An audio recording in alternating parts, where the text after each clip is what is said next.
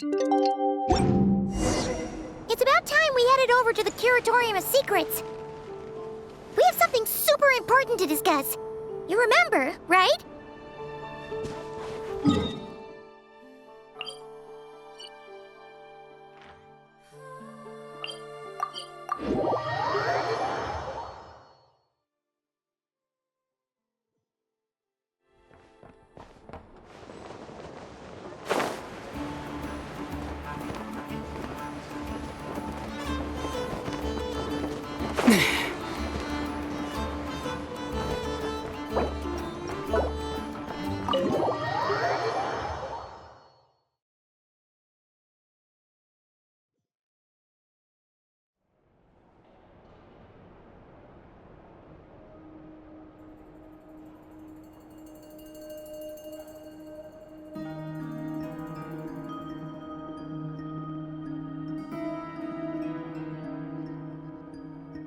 Looks like the gang's all here!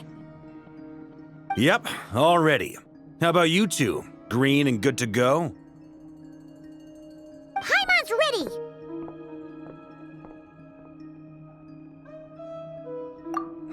Haha, feeling nervous? Don't blame you. We're all a little out of our depth with this one. Okay, so, some time ago, Columbina was ambushed by the Doctor. It all happened pretty fast, and the last thing you saw was her vanishing into the moon's reflection. Yes, though at the time, all that the rest of us saw was the Doctor using some kind of power. The next moment, Columbina had disappeared, and you were falling into the sea.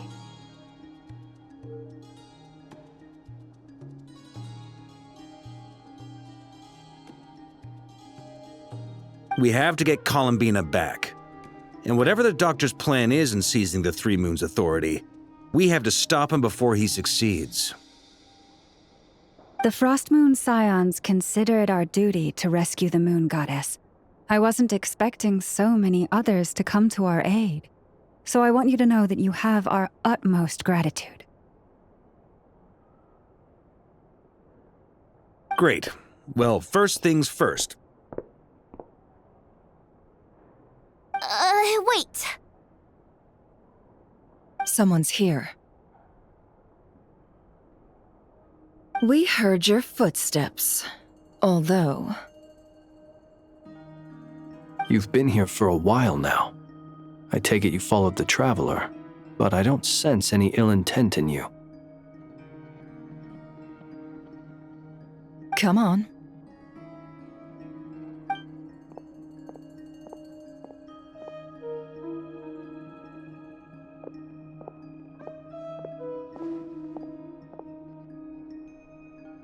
I figured it wouldn't take you long to notice me.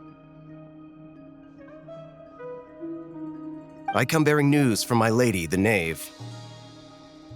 Dottore went through the motions of returning to Snezhnaya, but it was obviously a facade. However, he has not returned to the Kuvaki Experimental Design Bureau, nor has he made an appearance in Nasha Town.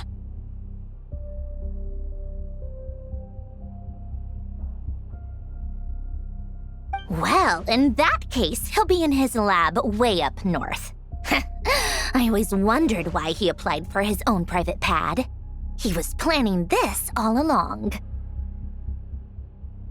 Tell them that Sandrone and I will go on ahead. If they still intend to pursue this matter, they should meet us at the research center in the northern tip of Nodcry. Nice of Columbina's two best friends to think of us. We appreciate the heads up. Our sincere thanks to the Fatui for your aid.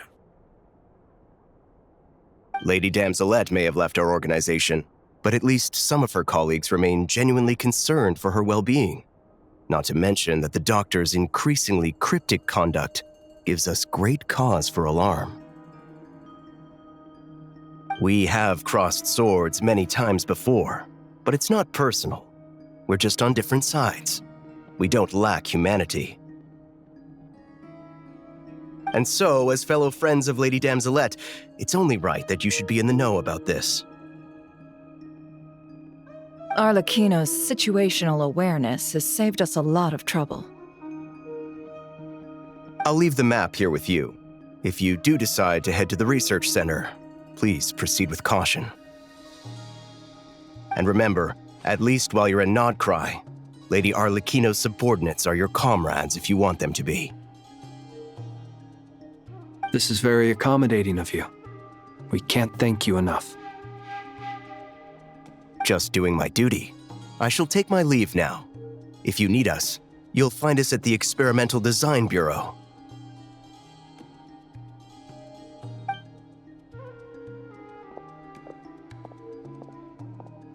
So, the doctors left the Experimental Design Bureau and headed to some research center up north.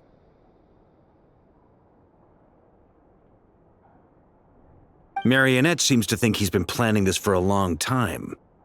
But when did it start? Before he even arrived in Nodcry? It seems his loyalty to the Tsaritsa is lip service at most. Behind the scenes, he may even be working against her. Whatever his motives, we know that he's decisive and incredibly ruthless. Facing him unprepared would be a recipe for disaster. At this stage, it's difficult to predict his next steps. I suggest we split into 2 groups. We need some people to stay behind and guard Nasha Town. Well, as much as I'd love to help, infiltrating research labs isn't really my area of expertise. But at least take Cool Your Jet's Ducky with you. It should be some help during the battle. And as for Miss Inefa, I suppose you will stay to protect Miss Aino? Detecting operational logic. Protect Aino. Priority. High. Just in case, Servarka, I think it would be best if you stayed behind as well. You can leave the research center to us. I mean, I would have said the Knight of Berea should probably be out on the front line, but okay, fine.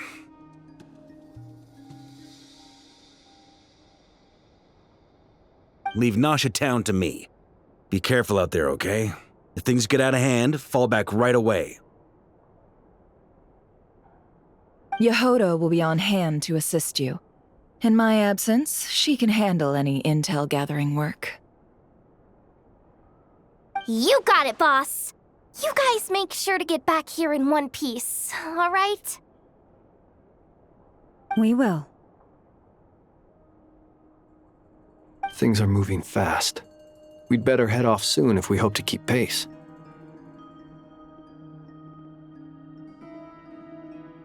So, it's infiltrate a secret research facility, or...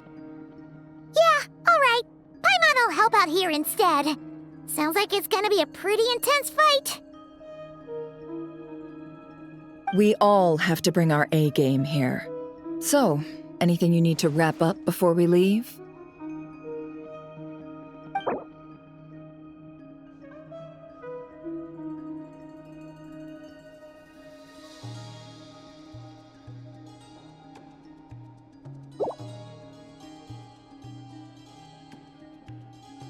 Okay. Well, we'll be good to go as soon as you're ready.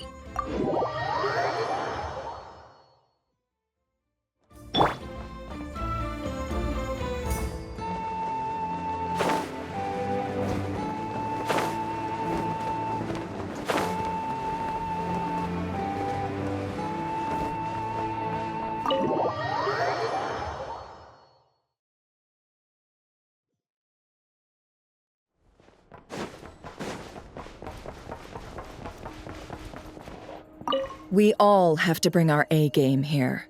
So, anything you need to wrap up before we leave? Then you'd better get going. Very well.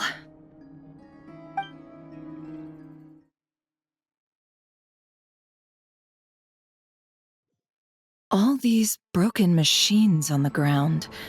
Someone got here before us. Could it be Arlecchino and Sandrone?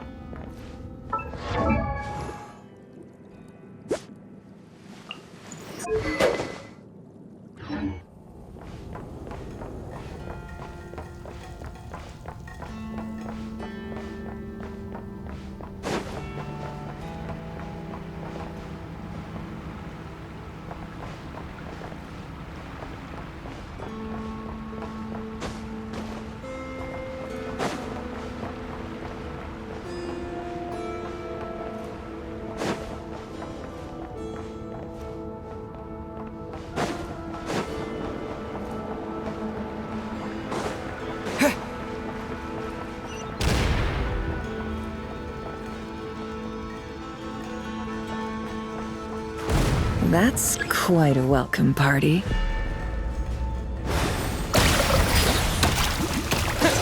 Bombs away! Observe.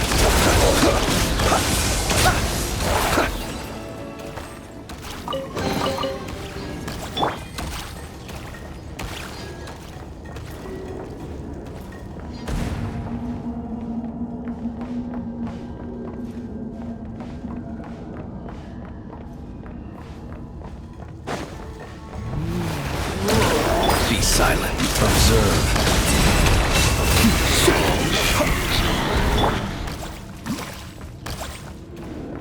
Get back! I said get back! Do you hear me? Why isn't it working? No! Don't come any closer! Don't! Ah!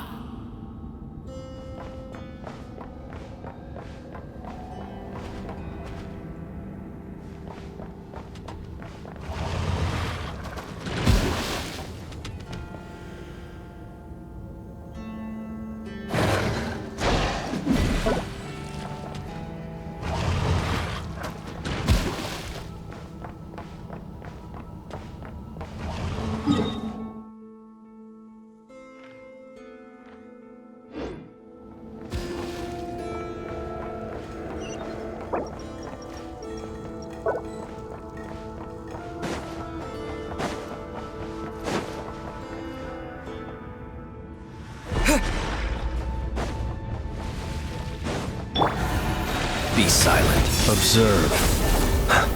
You poor lost lamb, for the everlasting hope. Water jet! No more lies.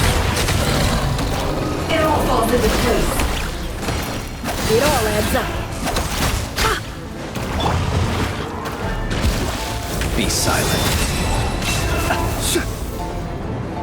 Close your eyes. Do you fear the dark? You poor soul. May your spirits find peace. Grab that key on the ground. We'll probably need it at some point.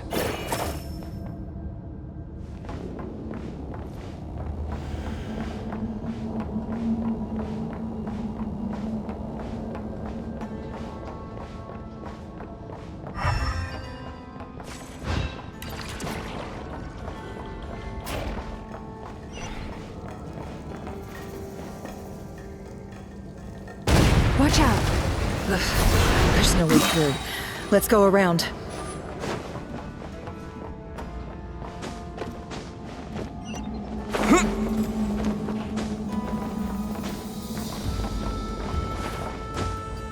What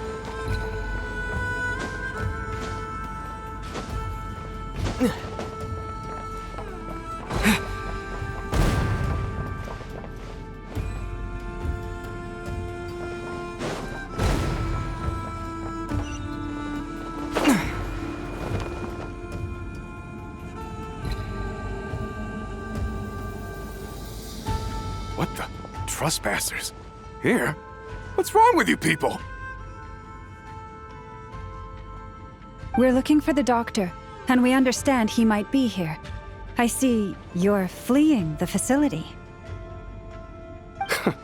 You looking to settle a score with the doctor? Good luck with that. I don't think you have many chances left. Perhaps. But you might have a chance to live if you start talking. 2 other Harbingers had the same idea as you. They're already inside. But what good is it gonna do? The doctor wouldn't do something like this unprepared. Seems to me that you're not too thrilled about being his subordinate. Also, is it just me, or do I sense monsters nearby? If you'd prefer their company to ours, that can easily be arranged.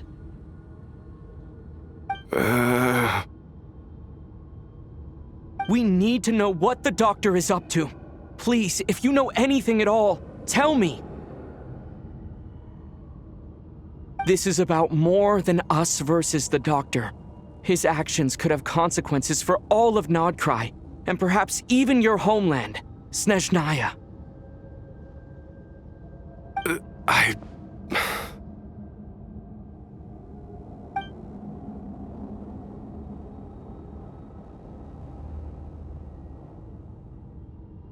He's building something. Ambitious doesn't even begin to describe it. Feels like this could be the big one. God knows how long he's been planning it. A while back, he told us he'd be returning to Snezhnaya. We weren't expecting him back so soon. This time he brought some gemstones with him, or something. 2 of them. The moon marrow spheres. He stole them from their rightful owner, Columbina. Oh, Lady Damselette? Last I heard, she left the Fatui. Before she went, she told us she'd finished what Her Majesty asked of her, and wished to focus on some personal matters. I remember thinking that leaving us might not be the best choice. I mean, I always looked up to the captain the most, and...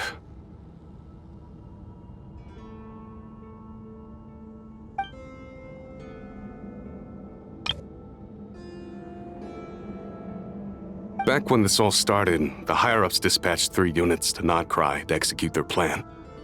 They were led by the Doctor, Marionette, and the Damselette, respectively. I was a part of the Damselette's unit to begin with. She never really interacted with us much. In fact, she seemed sort of detached from everything. Not because she was distracted, just felt like she was indifferent to the world around her. Like she had no stake in anything that happened. She always seemed like she was staring off into the distance. Almost as if she didn't see anything worth living for in the present, so she had to look further afield. That's right. She always used to stare up at the sky. The Doctor used to stand nearby and watch her. Apparently they got along well at first, but somewhere along the way, she grew wary of him. Started avoiding him as much as possible.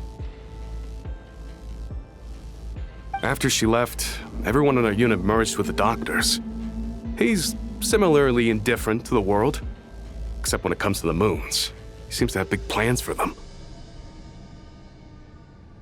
Right now, obtaining the 3 moons is his #1 priority. He even said if he can only get his hands on 2 of them, he'll create a 3rd one himself.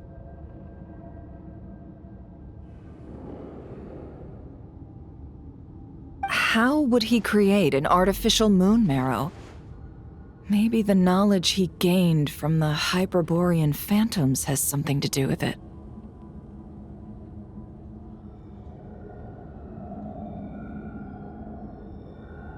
Thank you for cooperating. We appreciate the level of detail.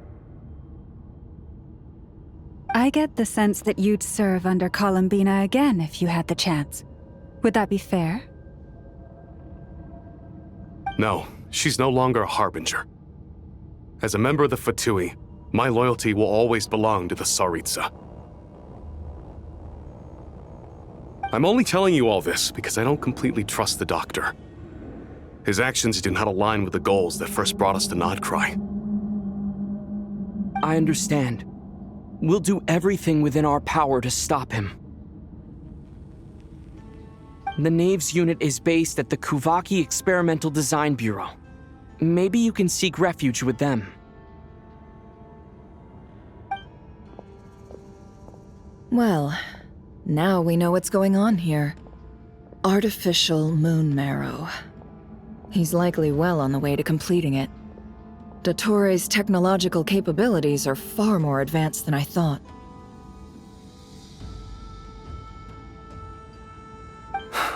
I fear this could get ugly.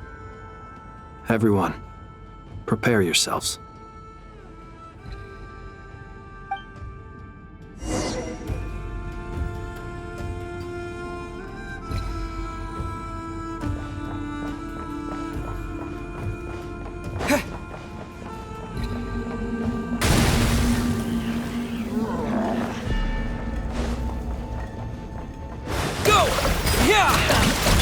Forrest, protect him. Hide the truth.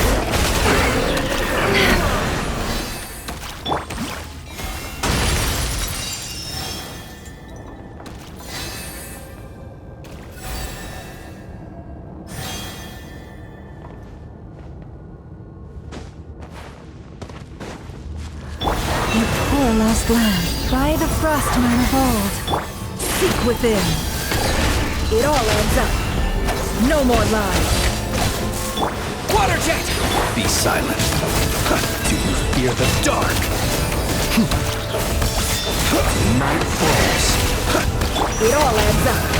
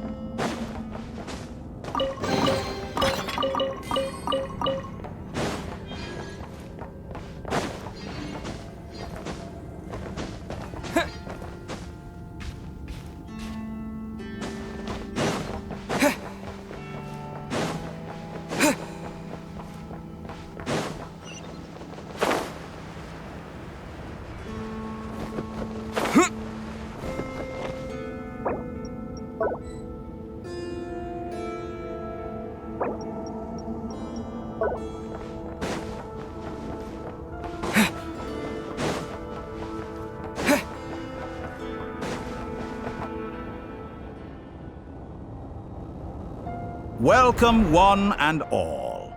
I've been expecting you. I hope my humble research facility is to your liking.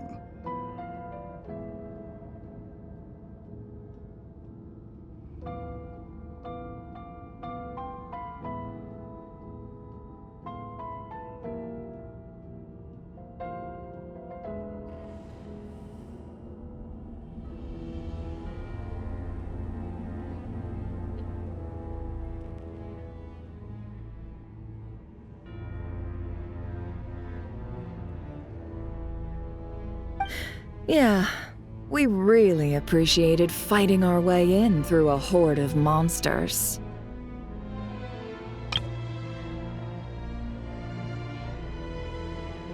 The gall. You expect us to believe you've just been patiently waiting for us? Of course I have. Should I be worried about something? Everything seems to be going quite smoothly so far, and you've shown up right on schedule. First Sandrone and Arlecchino, now you. Ah, quite a surfeit of guests I've had today.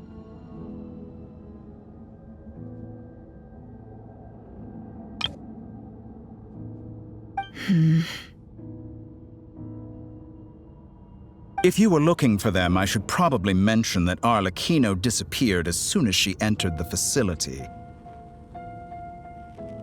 As for Sandrone, why, she stood right here only moments ago demanding answers from me at the top of her voice. Hardly out of character. She never was one for basic courtesy. But I have to admit, I was a little surprised to see her showing concern for someone besides herself. Does everyone you associate with undergo such a change in temperament?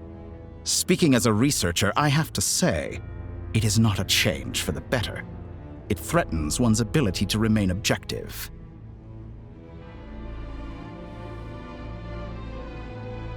Well, since you ask...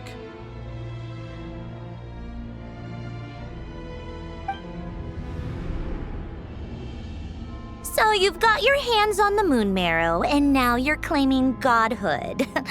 Don't you think that's a bit of a stretch, Dottore? I must protest what you are insinuating with that phrase, claiming godhood. I am not claiming anything. I am stating a fact. You're a researcher. I'm sure you appreciate the distinction between the two. Huh? Wait, you really think you're all that? You'll excuse me if I'm not being a polite little lady for you. We're colleagues. We both know what kind of person you are. By the same token, I knew you'd respond along those lines. You and I both understand that facts speak louder than words. To that end, I've had my people send you a small gift. It should go some way toward helping you understand my present position.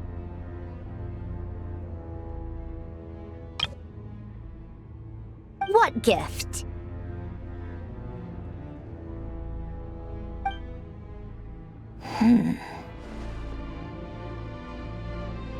Where have all your troops gone? Who knows? Perhaps they are already marching toward a new world, following in the footsteps of an unknown god.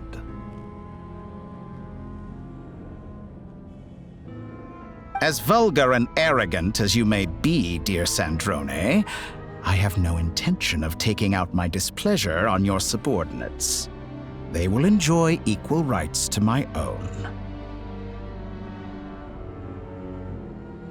You sent your people to the Experimental Design Bureau? That's the Tsaritsa's property. Yes, and I am very mindful of Her Majesty's instructions. But you know full well that they do not conflict with my present goals. In which case, all I'm doing is conducting another one of my experiments. Is there a problem with that? Now then, you have a judgment call to make. Am I simply lying to stall you? Or is it possible that every word I am saying is the truth? In which case, your subordinates really are in danger.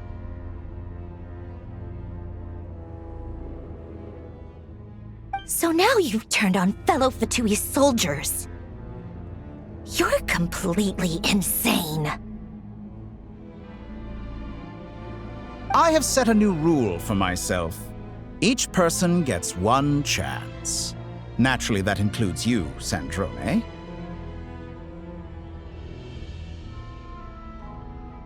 If you wish to leave, I won't stop you. We are colleagues, after all. Scumbag!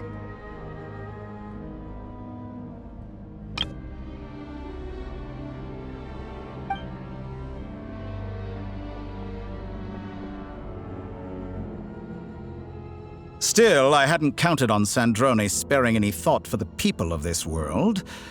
Shame. I always found her self-centeredness to be one of her few better qualities. How can she ever hope to achieve greatness when she's so obsessed with protecting her little design bureau? It's more than a little disingenuous to speak of achieving greatness while taking hostages. Or does honor no longer mean anything to you?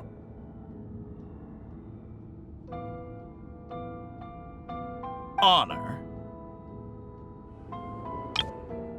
Honor. Honor. I have the marrow of 2 moons in my possession and will soon complete the construction of a 3rd. I will be the god of a new world. And you speak to me of honor? How charmingly naive.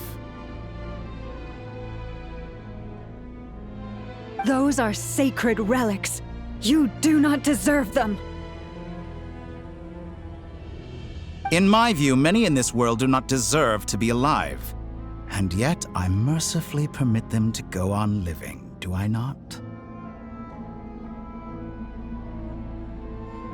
You'll come to regret your actions.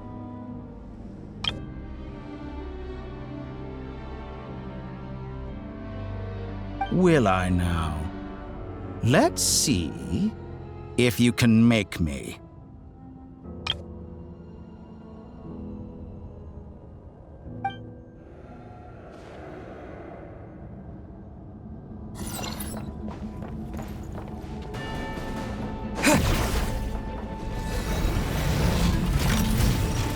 Target acquired.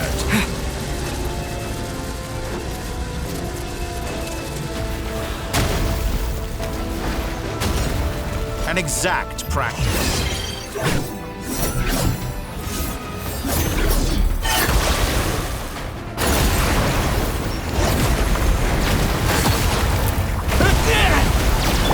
Forest, protect us with one heart. Is that the best you can do? Water jet! Wipe out! Get lost! Observe. Arlecchino! Thanks for the assistance. Arlecchino.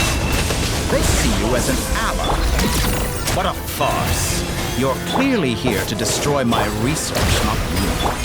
I'd say your research is more valuable than your life. Am I wrong? Close your eyes.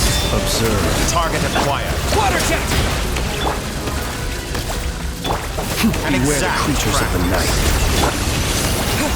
Forest, protect us. Can't hide the truth. Water It jet! takes to tire you. For the everlasting forest. Be silent. Let's see what you're made of.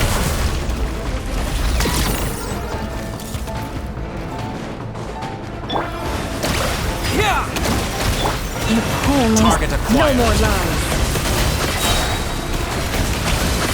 Seek within.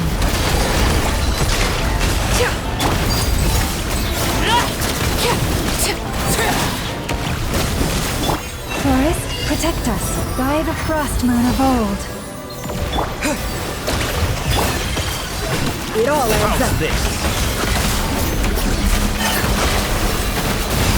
Close your eyes. Interesting.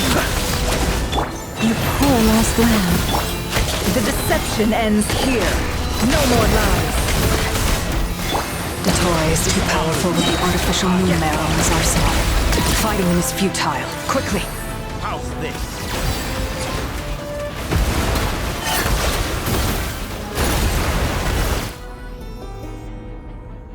Let's go.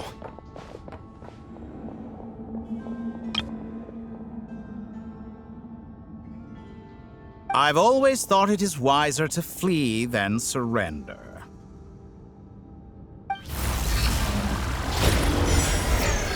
Watch out! What the? Forget about me! You should...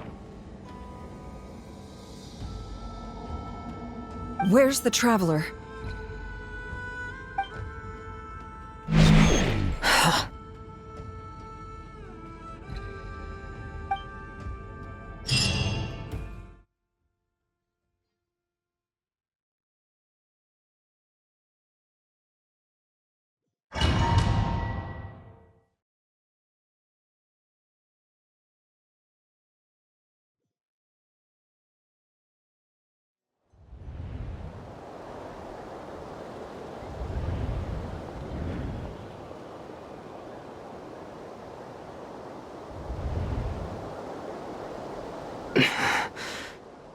What just happened? Nasha Town? How did I get here? Strange. I remember being trapped by Dottore during the battle.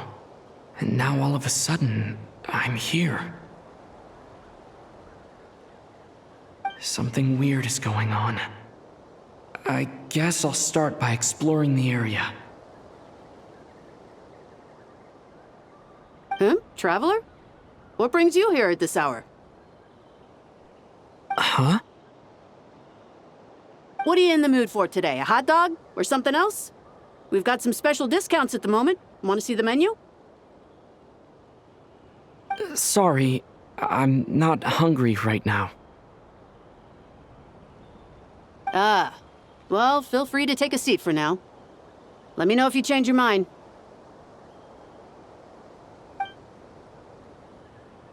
Everyone seems to be acting normal. Am I just overthinking? Oh, darling, look who it is. One of our regular customers. Get the traveler something to eat, would you, dear? Wait, why is he talking like that? Well, I'd love to, but can't serve a customer unless they order something. Anyway, I take it your business is wrapped up? Yes, thankfully. It was a long trip, and it's left me feeling pretty exhausted. But the upshot is, I won't have to leave again for a good while. We can have some quality time to ourselves. Wait, these two are a couple? I see some kids around too. I didn't know they had a family. Hey there! I haven't seen you in ages! What's keeping you so busy? I've been looking forward to playing with you again.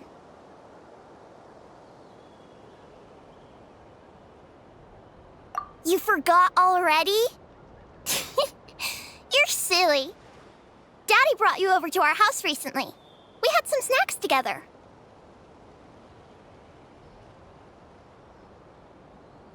What is she talking about? We've had a lot of customers over the last few days, so we've been real busy. And like my mom always says, some people are more than just customers. They're friends. Oh! Another customer's arrived! I better go see what they want. This is all wrong. I never once heard the owner of this restaurant talk about their family. It certainly isn't a family-run business. And that child? I don't recognize her at all.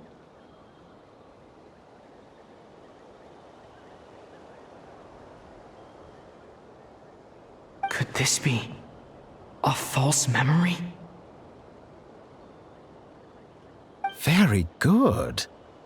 I knew you had it in you.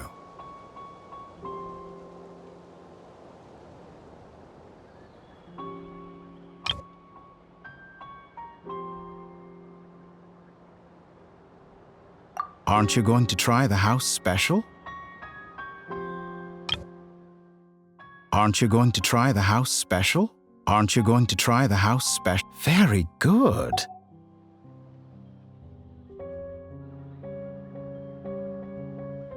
When did he show up?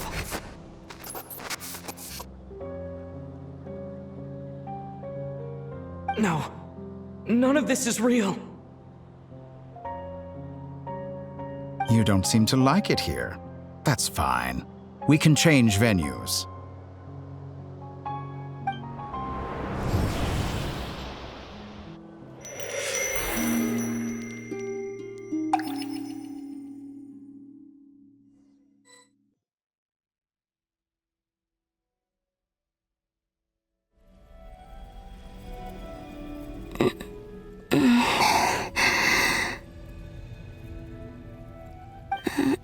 I'm still alive. Where is this place? It took all my strength to open the moon gate, and then I leapt into it.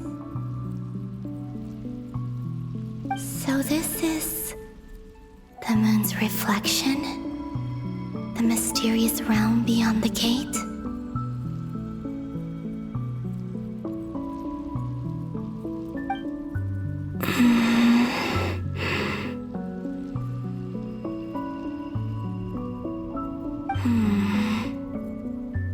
can't sense anything.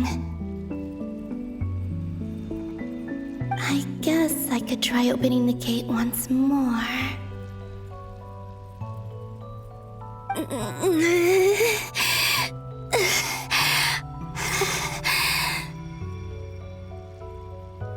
No response. Maybe this space can't be opened from inside.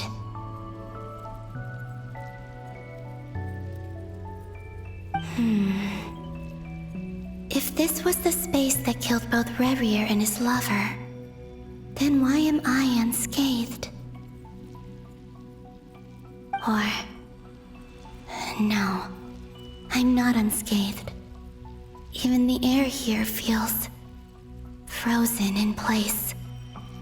There is nothing here with which I can restore my power. I should conserve my strength and proceed with caution.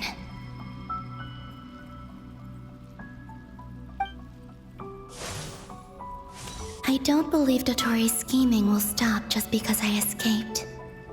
If there is any chance that I can get back to the others, any chance at all, I must return.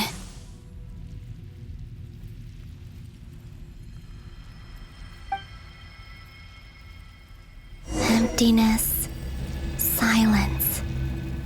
What is this place? Or maybe the real question is, what is it for?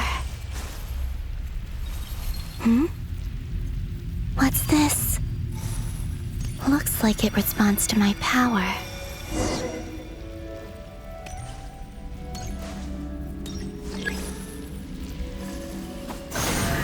Golden. Like Kuvaki. Is it some sort of guide? And why does it feel so familiar? I might as well follow it.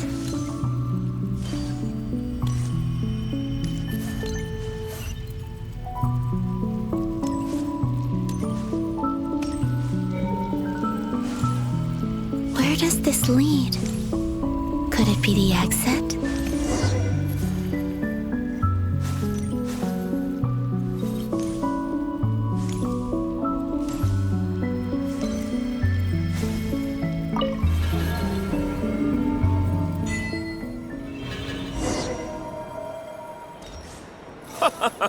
Welcome home, Moon Goddess. Is this Nasha Town?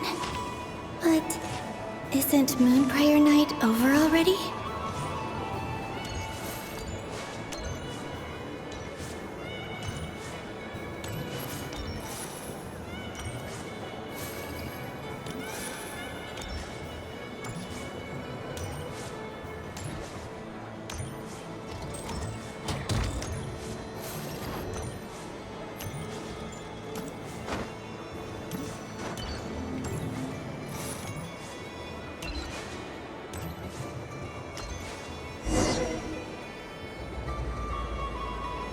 Goodbye for now, Columbina. I hope you have a wonderful night. I will. Lama, everyone else, and me? Are these my memories?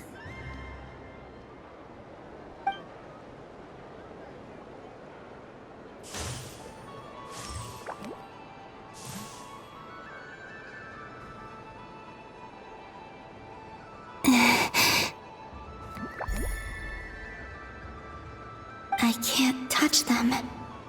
It's as if we're separated by some impenetrable power.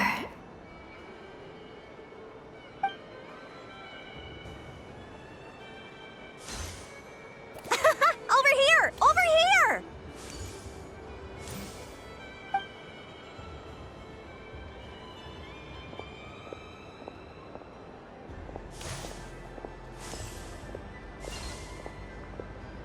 But the people in these memories pass right through me. Just like when I disappeared. If If only I had known what would come to pass after that.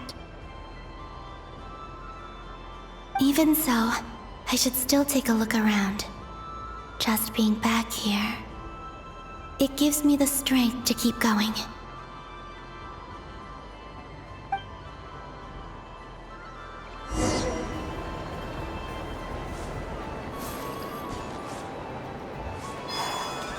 Welcome home, Moon Goddess.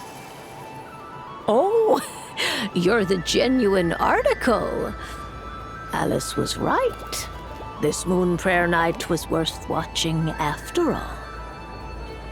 Oh, yes.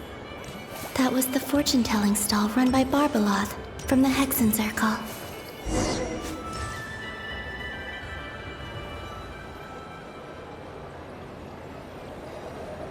Please, draw the first lunar arcana. This represents destiny and is the foundation for the divination as a whole.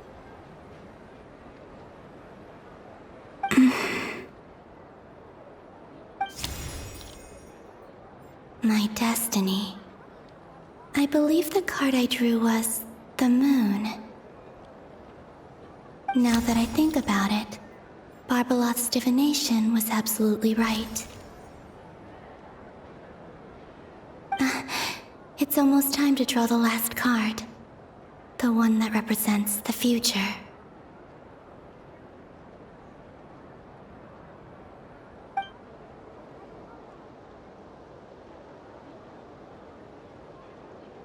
That was the card that popped out on its own. From here, I think.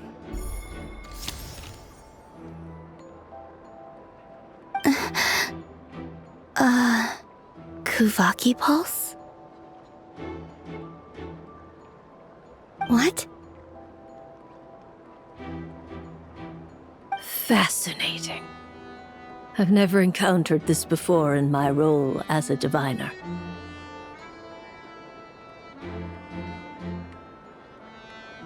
What's going on? Did that card leave the deck because of my influence? All I did was try to touch it, and then... Maybe this memory space is not untouchable after all. Are there weak points in the barrier? Or... is it possible that there's more to this space than my memories alone?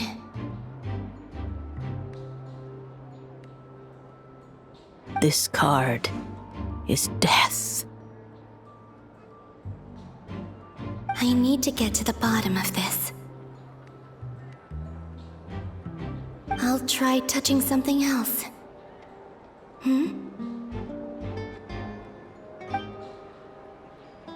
Is this... the wind? No, it's gravity. It's pulling me outwards.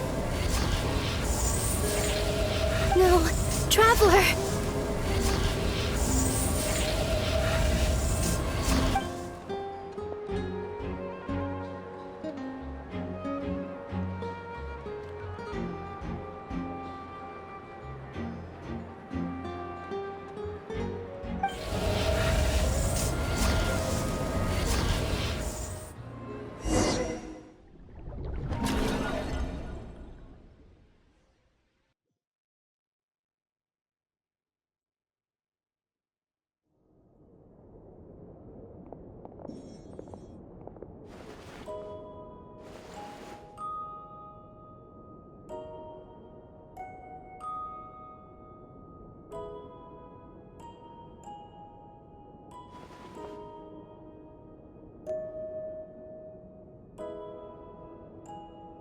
Haimon, listen to me.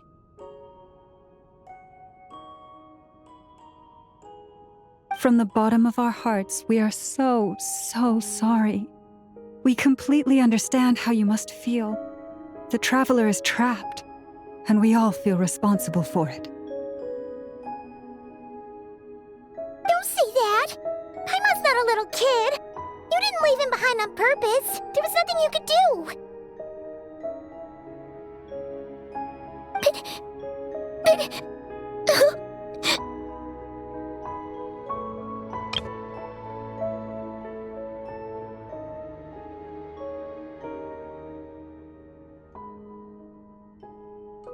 He's all alone in there. What if something happens to him? What are we gonna do then?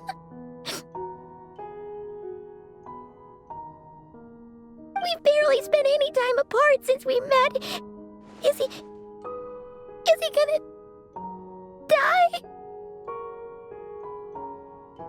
We must find a way to rescue him. We were all involved in the operation where he was captured, and we do not abandon our comrades.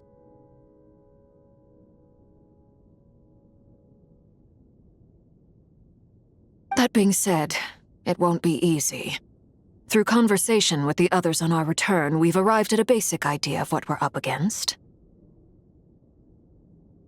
Dottore's lab has clearly been in operation for a lot longer than we realized. We found many monster samples stored there. In all likelihood, they were materials he used to research his latest technology.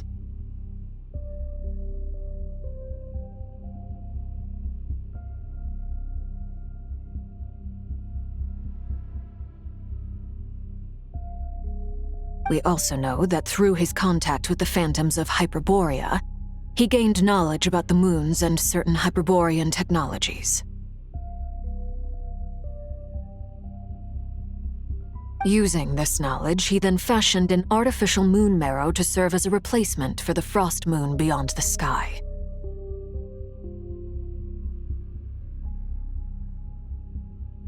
Unlike Columbina, Dottore is not being rejected by Teyvat. And even with 2 of the 3 moon marrows, his power far exceeds all of ours combined.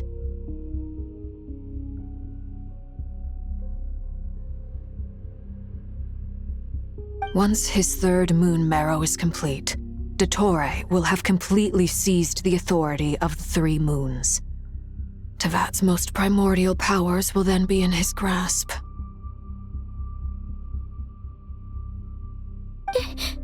Does that mean... I'm afraid so. No one could have predicted this level of insanity. Not even from Dottore.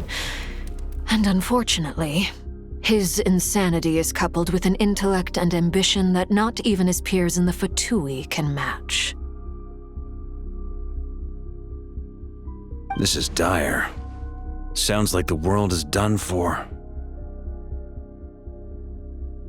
The 3 moons' authority can influence the very fabric of time and space. I dare not imagine what a monster like him would do with that kind of power. The trouble's already begun, I'm afraid. On our way back, we discovered that part of Nodcry is being enveloped by an unknown energy. We cannot ascertain what is happening inside. I'm convinced this is Dottore's doing. Not that there's any way to prove it. The issue is, we have no idea what his intentions are.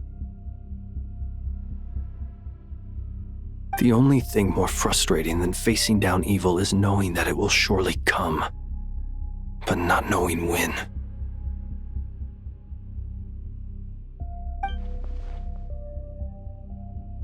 The doctor is guilty of numerous crimes in Mondstadt as well. One of our knights, well, former knights, his father was murdered by Dottore. His ideology and methodology are a danger to everything in his path, from individuals to entire nations. He does not feel guilt, even when he acts against his own people.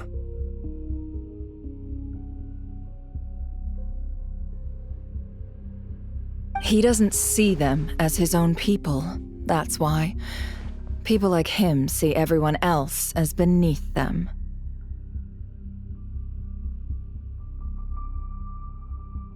Right. He views other people only in terms of how they can benefit him. That's the basis of all his social connections. Granted, he's hardly the only harbinger to pursue their own interests. We all do. And Her Majesty is gracious enough to permit it. Still, Her mercy has its limits. Dottore actions have gone beyond even what the Fatui could have imagined. Usurping divine authority to become a god. For a servant of the Tsaritsa, that goes beyond being disloyal. It's treason of the highest order. We can't expect him to heed the Tsaritsa's will once he gains the Three Moons' authority. Even we Harbingers consider him the most self-interested among us. Poor Traveler. Of all the people to get caught by... We have to go save him right now! Please! We gotta find a way! Paimon, I promise you, we are with you all the way.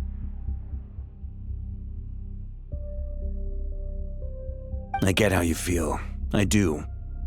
But it's gonna take more than strong emotions to take down an enemy like Dottore. What we need now is more information. Right. We can't even guarantee he's still at his research center. Before we can think about mounting a rescue operation, we need to confirm the Traveler's location.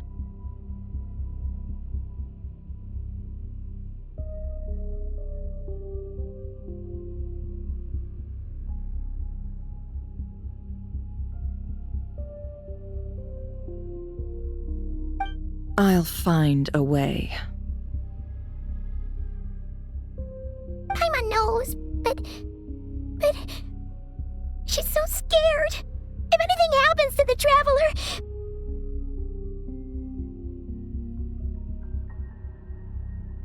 He might be the strongest person Paimon knows, but he's still human. He feels pain and bleeds just like anyone else.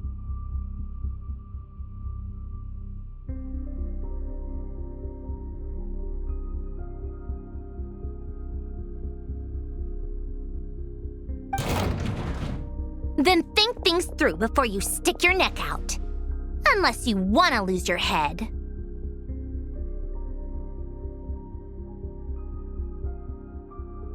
Sandrone. Miss Sandrone, you're okay? Put the stuff over there, and be gentle with it.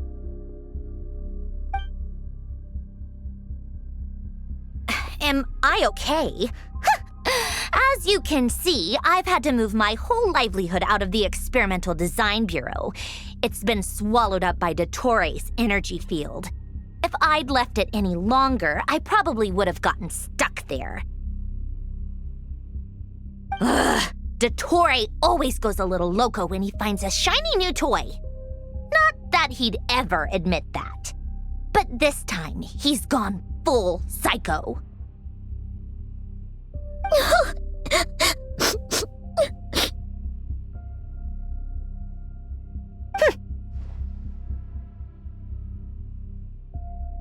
Just go ahead and cry already.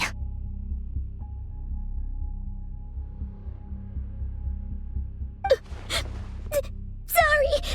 Paimon's not trying to make it scene. It's just... She can't.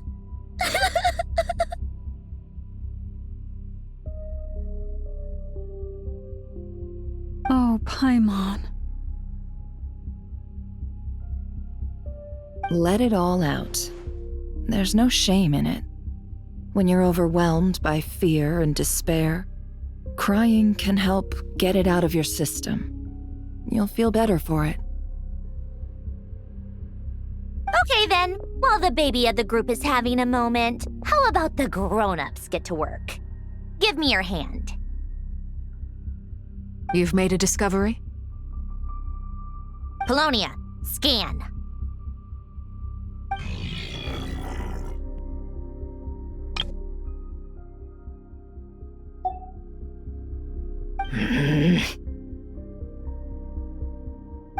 You, hand, now. Oh, I thought you'd never ask, my lady.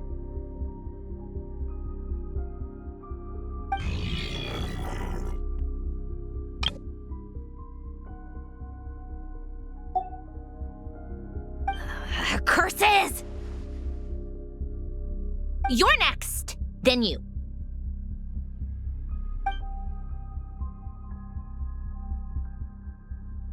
Dottore, you son of a... He's done something to us! Everyone who entered his research center has been implanted with some sort of curse. I don't feel anything unusual at the moment. Does that mean it hasn't activated yet? Is there a way to figure out its purpose and what might trigger it? My best guess is Dottore created it using the Moon Goddess's powers.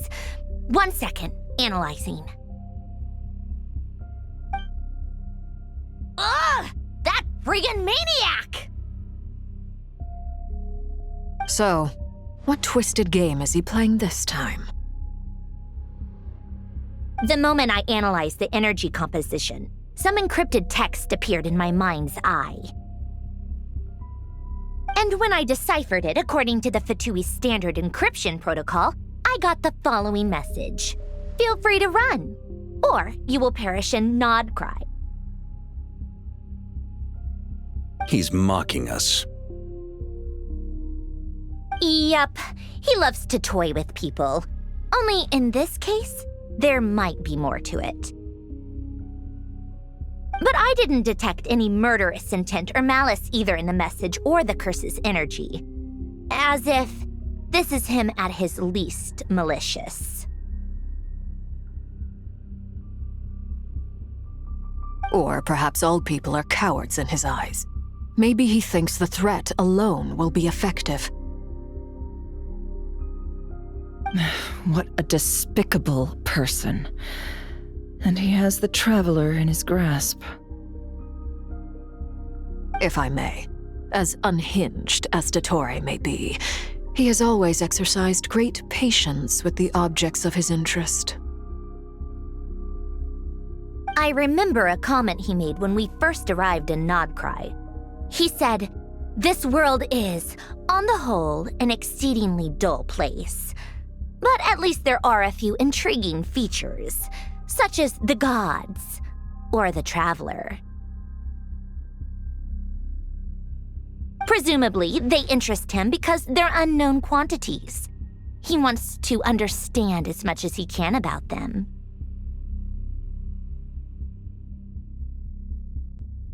Agreed. The Traveler is Tevat's fourth descender. All Harbingers are aware of this.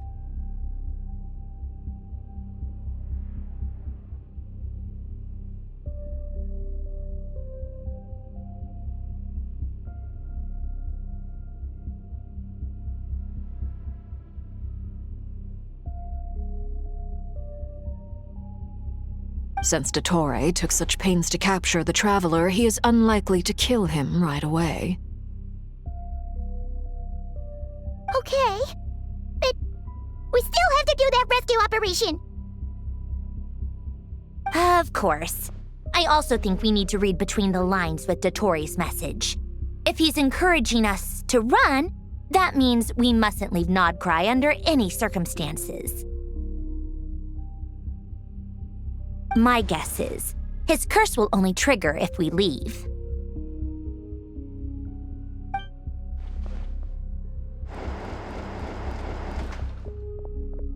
We've discovered multiple energy fields. Albedo is still attempting to analyze their structure. He told me to report back first. Each field is slowly growing, swallowing up more of the surrounding area in the process. And the pace of their expansion has increased since we first examined them. He's probably trying to swallow Nodcry whole. His nefarious ambition knows no bounds. If this continues, the whole of Tevat will be in trouble, not just Nodcry. The loss of Columbina could not have come at a worse time. Do we think she's truly gone for good? She entered the space beyond the Moon Gate, knowing what became of Rerir and Thalindus. I'm sorry, but I fear the odds aren't good. Don't be ridiculous. If I know her, she's busy finding a way back as we speak just so she can annoy me. She isn't dead. Whatever has become of her, the fact remains that we are two comrades short on the eve of a decisive battle. We need to find out the Traveler's location. But there is also other work to be done. Agreed. Whatever Dottore planning, we have to get the local populace somewhere safe. So, as well as a rescue mission, we have to organize a mass evacuation at the same time. It would be best if someone could approach leaders of neighboring nations and negotiate emergency asylum for Nodkrai's inhabitants. Can anyone handle that? Snezhnaya is one option. I'll see what I can do. This would be so much easier if the Traveler was here. No! Stop thinking like that, Paimon. Paimon will join you. She's pretty well connected thanks to the Traveler. Maybe it'll come in handy. Either way, that's what the Traveler would do if he was here.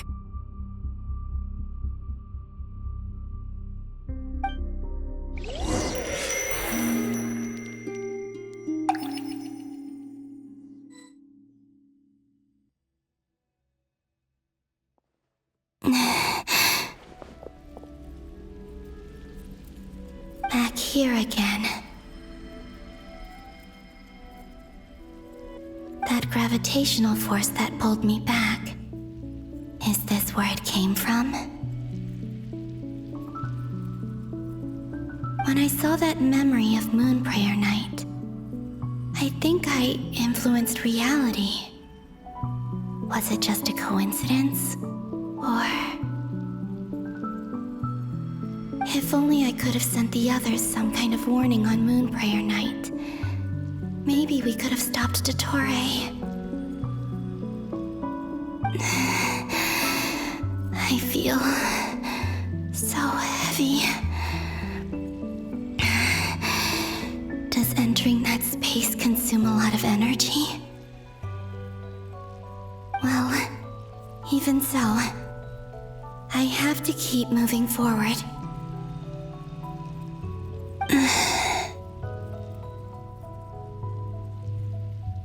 Back to emptiness and silence again. I should try and find my way back inside that memory.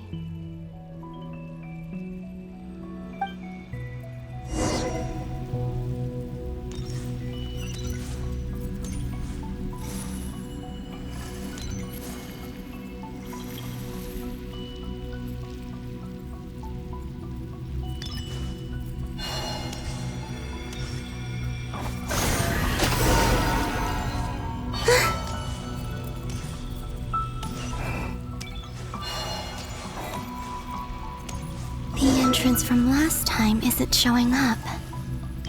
What am I missing?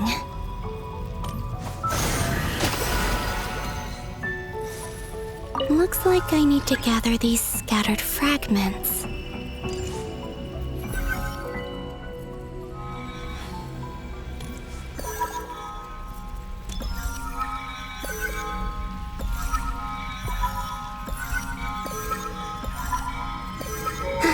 It worked! Hopefully I can stay inside for a bit longer this time.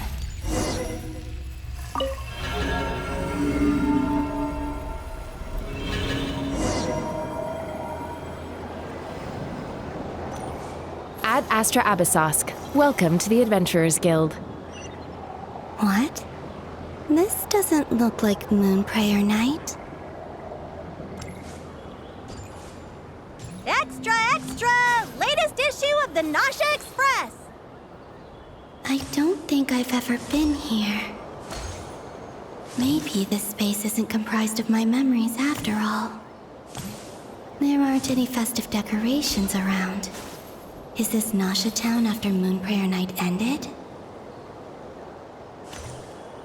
Did Dottore's plan not affect the town? Or is no one aware of what happened because he used the Three Moons' authority? Let me see if I can influence anyone else. So, what do we do next? Wait, that voice. Paimon? The most important thing right now is to find that mage. Lauma the Traveler and Mr. Varga are here too. I'd better go pay the Fatui a visit. Traveler!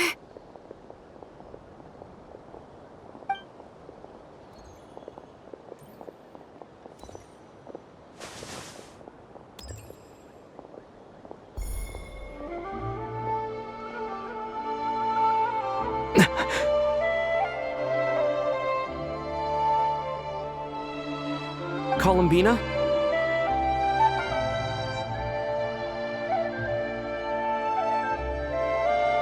I made contact. It's me, Columbina.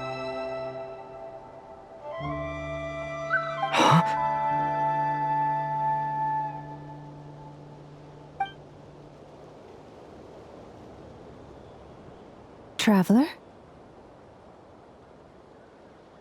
Let's go! This is no time to be spacing out!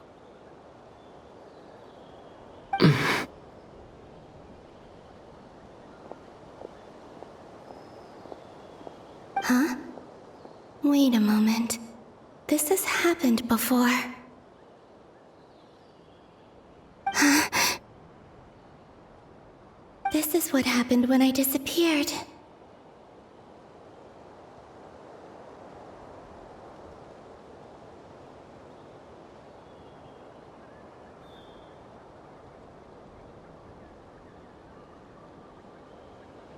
I stood right over there, thinking that no one would ever find me again. It was only when he called my name that I decided to follow them. But did he turn around because he sensed my touch just now? Is it really possible that from in here, I can change the past? If I keep following them, maybe... Huh? It's that gravity again.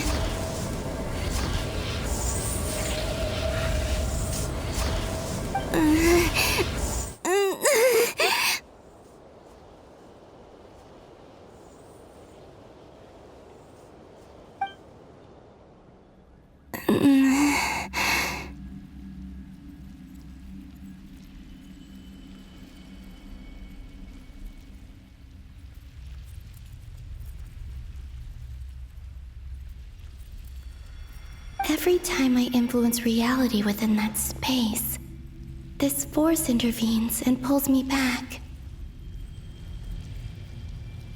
It's as if it's trying to stop me from leaving.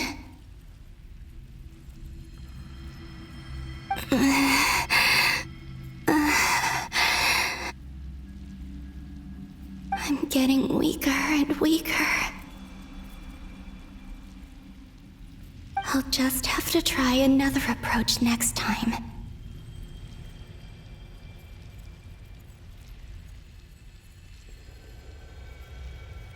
Come on, Columbina. Keep going. You have to tell everyone what happened.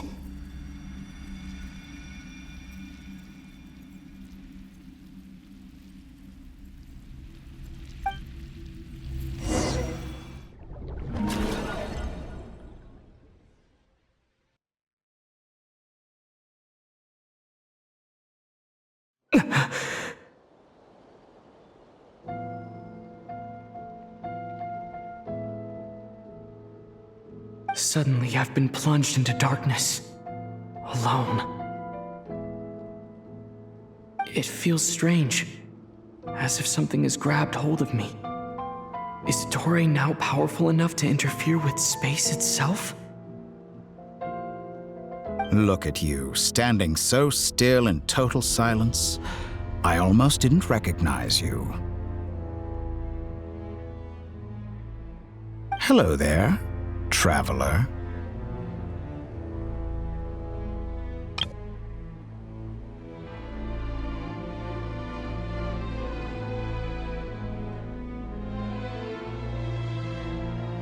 He seems to be in a good mood. Wait, what's that behind him?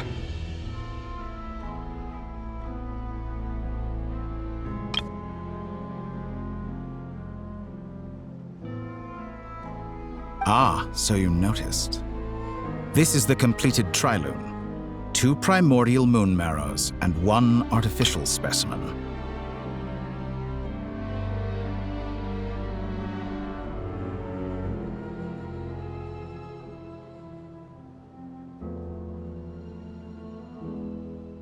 You are wary of it. Good. Maintain that reverence.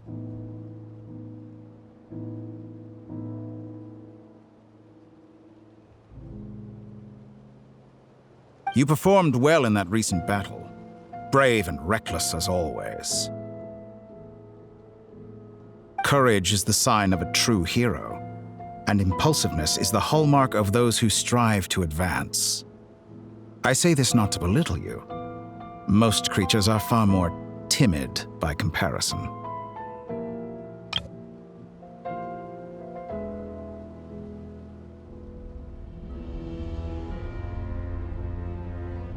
Three moon marrows? Does that mean the artificial one is now complete too? Well spotted. What do you think? For a replica I built myself, I dare say it looks the part.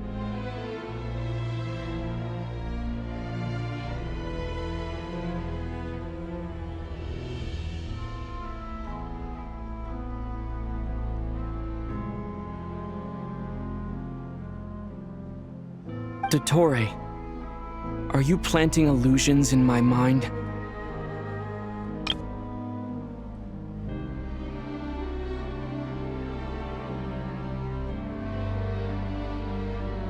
I have no interest in fooling your eyes. On the contrary, I hope to show you the true essence of all that you see before you.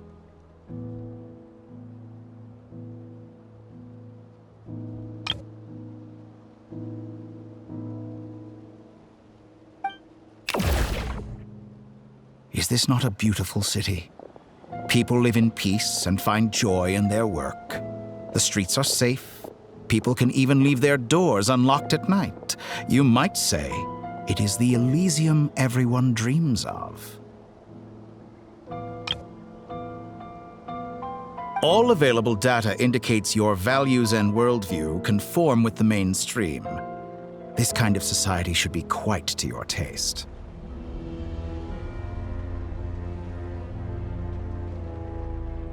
False beauty is deceitful. Lies are to no one's taste.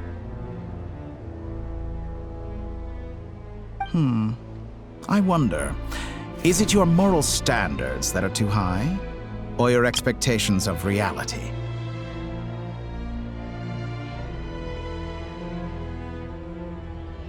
Answer me this.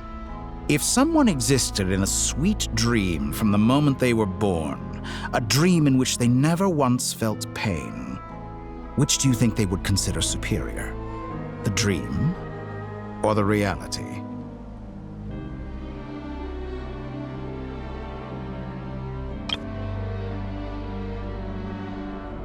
That's pure sophistry. It has nothing to do with your actions. That's pure sophistry. Answer me this. That's pure sophistry. As I suspected. You have yet to understand all of this for what it really is. What do you want from me? You sound impatient. Do you think the only reason I'm keeping you is because I want something from you? If it's not, then why haven't you killed me yet? No one can stop you if you're as powerful as a god. I'm delighted you recognize that fact.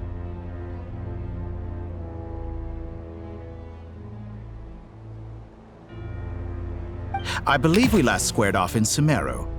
Ah, the memories. How time flies. You and I have both grown.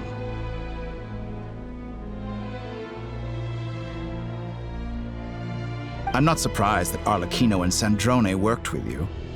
You've always a way of slowly but surely ingratiating yourself with all levels of society. People laud you as a hero, but I suspect there's more to it than that. Oh, but to be clear, I don't say that to flatter you.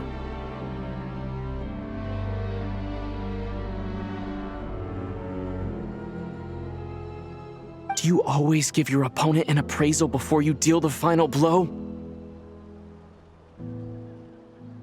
Call it a long-time habit. I'm a researcher, and one of my duties is to give an objective assessment of my subjects. But you misunderstand. We are not opponents. Not at this moment.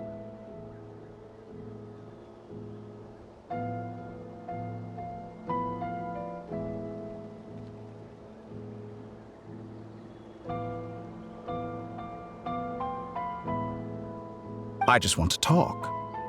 Think back to Tartaglia, Arlecchino, Capitano, Colombina, and now even Sandrone.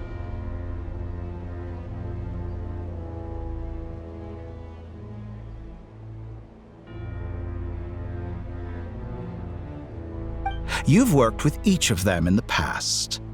I believe you can work with me as well.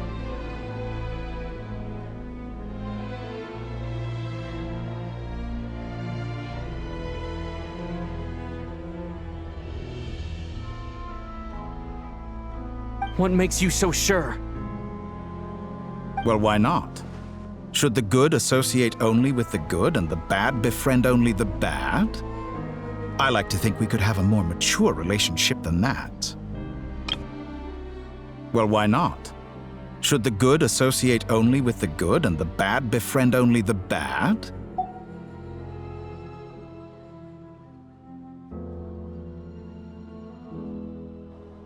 Surely you don't think all your relationships are grounded in friendship or shared ideals. People come together because it benefits them to do so. If you think of the people you admire, you must surely admit that they have provided some benefit to you.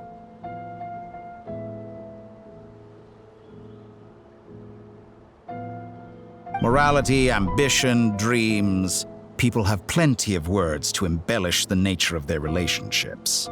But once you break free from those ethical frameworks, you will see that the only thing connecting the two of you is mutual benefit.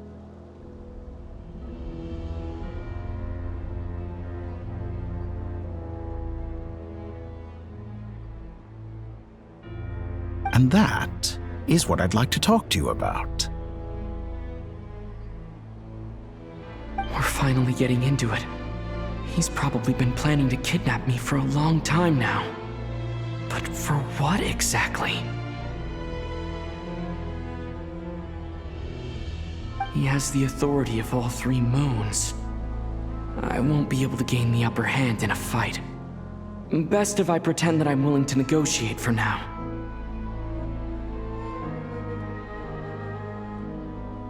You say you're a god, but you also speak of mutual benefit. What could a god want that the three moons cannot provide? Excellent question. But before I answer, I would ask you the same thing. Gaining Colombina's allegiance was a rare and extraordinary feat. But the Moon Marrows are now in my hands, and I have the edge over her. For this artificial moon is not being rejected by Tevat. Her identity and lineage may have been a thing of glory in the old world, but they were also shackles that prevented her from ever integrating into Tevat. I, on the other hand, you may view me as a thief, but I have overcome that limitation. So what is it that the three moons cannot grant you? What stops you from negotiating with me to get what you want?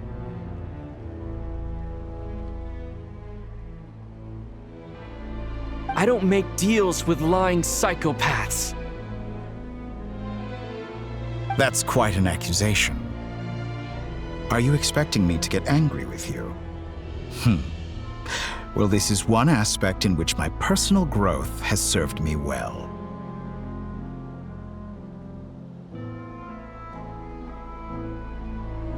In the past, my less mature self might have been disappointed, perhaps even angry, over a small setback like this. Like when you and Lesser Lord Kusanali joined forces to oppose me, for example. But things are different now. Just as the rich do not quibble with the poor, I no longer find myself perturbed by these trivial affairs.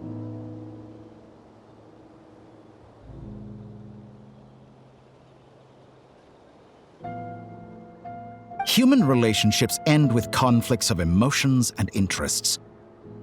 But relations between humans and gods are different. And ours is even more unique.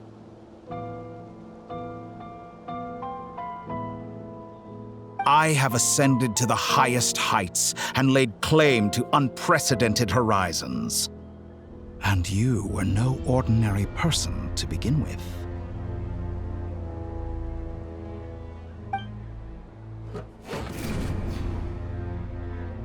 Allow me to show you the world, Descender.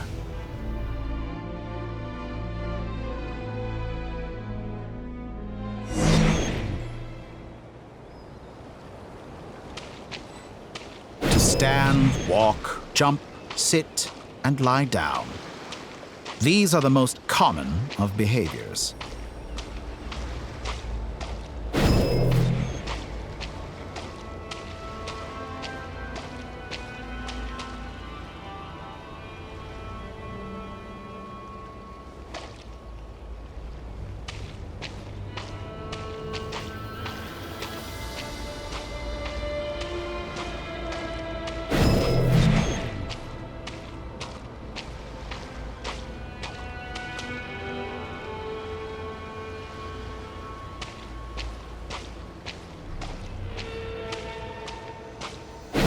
Have you ever wondered why we were born following such laws?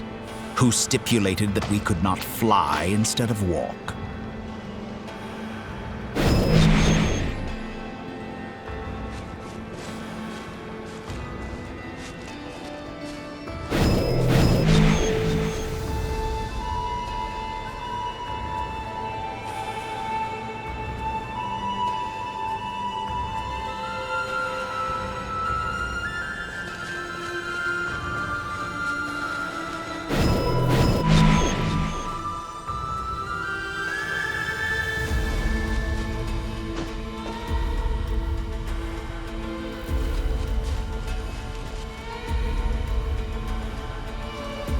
Someone of your talent and experience must surely know of the 4 great rulers who serve the heavenly principles.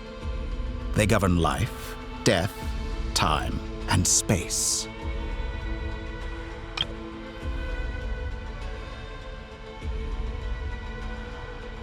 One wounded by a blade will die from blood loss or infection, and one who falls into a lake will drown in agony. The elderly wallow in solitude, and the solitary age faster.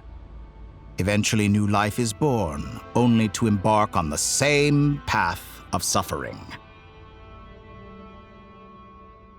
These 4 divisions anchor the world and shackle those who live in it.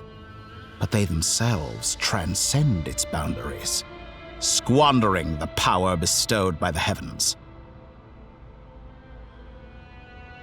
All who live yearn for equality, but unless the gods prostrate themselves and profess that they are mere servants of the living, equality can never exist. Who makes the rules we must live by? Who has the right to restrict us?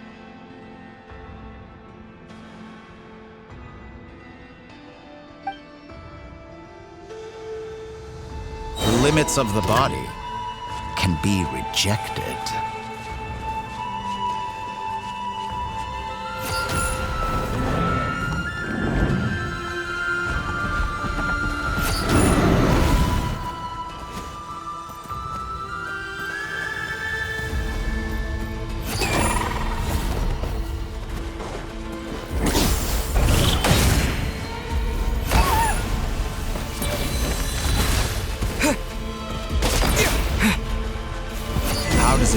to be among those with absolute power.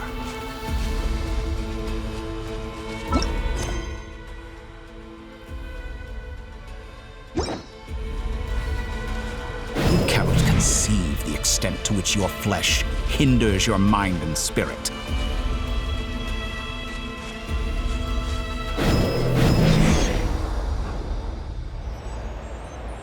Only by discarding our useless, primitive eyes can we perceive a new world. How narrow-minded we all were in the past. Why should the final answer of the world not be the power that predates those of life, death, time, and space? The power of the Trilune. Through it, I have glimpsed new experimental possibilities. Nature suppressed, authority exiled, souls controlled.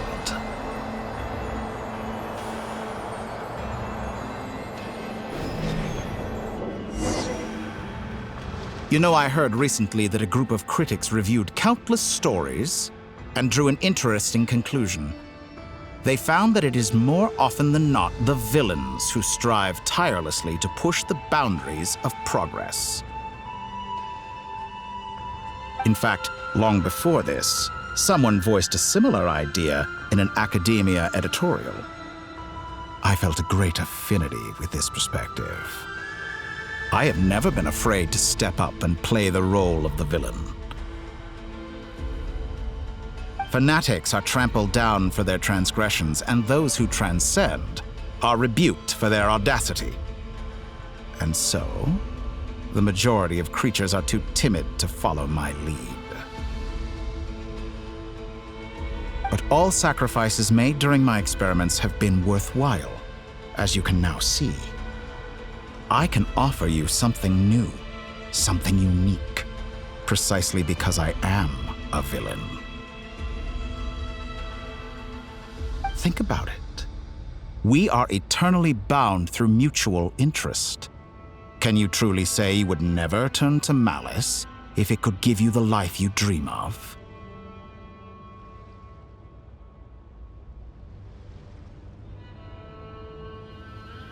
After all, what value do perfection and purity really have? They are fragile and feeble things, utterly tedious. I say, better to be governed by a flawed humanity than a gnosis. The true seeker of knowledge is the villain who undergoes countless tribulations in pursuit of their goal. I'm sure many people have told you that you're different. Because I'm a descender? Exactly. Very clever. But what has that got to do with you? I do not conceal my wicked deeds, my selfish desires, or my greed. A true researcher must act as I do if they are to understand and speak of the truth. And yet, a knowledge seeker like myself will inevitably grow tired of studying Tevat beyond a point. You have traveled to all corners of the world and met many people. Along the way, there have been moments when you were misunderstood or even became a wanted criminal. And all the while, you have spent your days doing some of the most mundane jobs in the world. You fight and toil, claim minuscule rewards from my friend Pantalone, then you fight some more, winning some battles and losing others as your search goes on.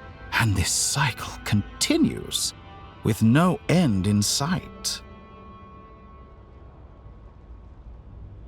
Surely you must sometimes grow weary of being stuck in this same loop day after day.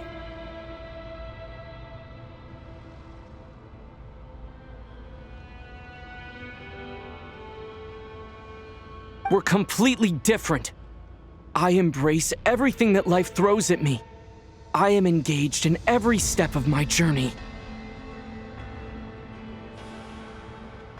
How does that make us different? I too embrace what life brings, researching everything that interests me. How does that make us different? How does that make us different? Think of all the novel things I've managed to create, like the artificial moon marrow.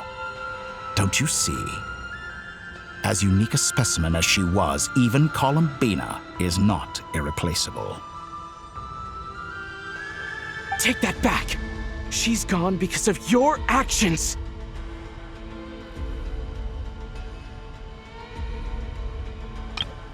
Take that back!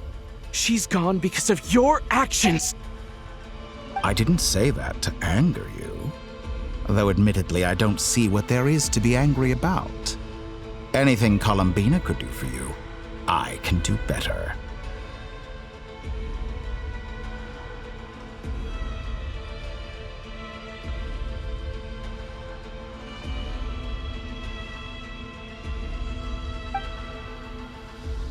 I know what your ultimate goal is. You wish to walk the path your sister walked, and seek answers from her at the end of that journey, don't you? Someone like you could never understand what it feels like to care about another person the way I care about her. Perhaps not, but that doesn't mean I can't help. I could find your sister right now, bring her before you, and make her give you the answers you seek.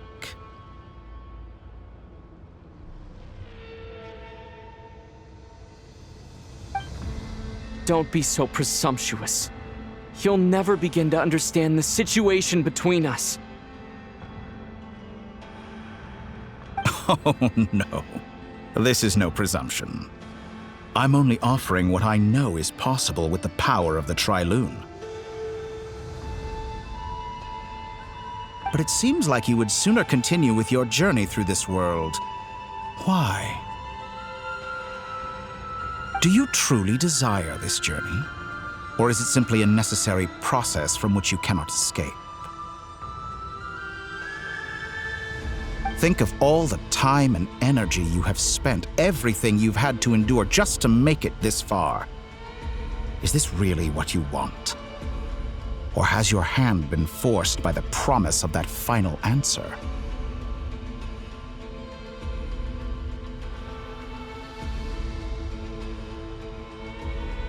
Yes, you have made many friends.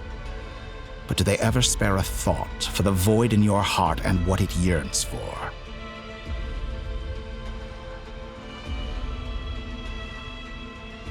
What you want is not friends. It is family. But do they know this?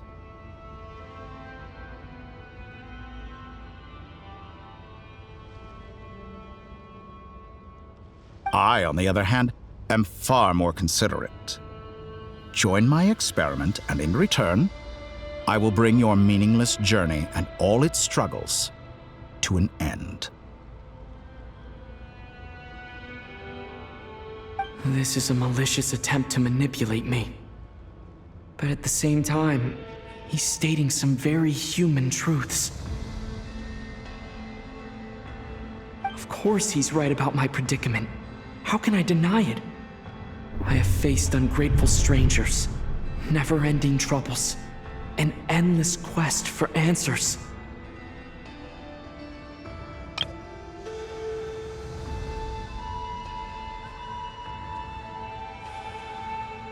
I want to see her. After everything I've been through, words can't describe how much I miss her. How much I want to be reunited with her.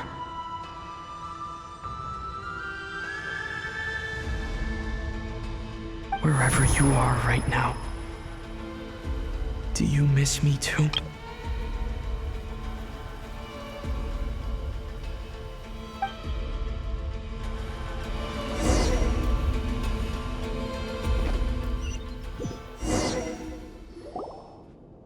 All right, everyone. Our next mission is clear.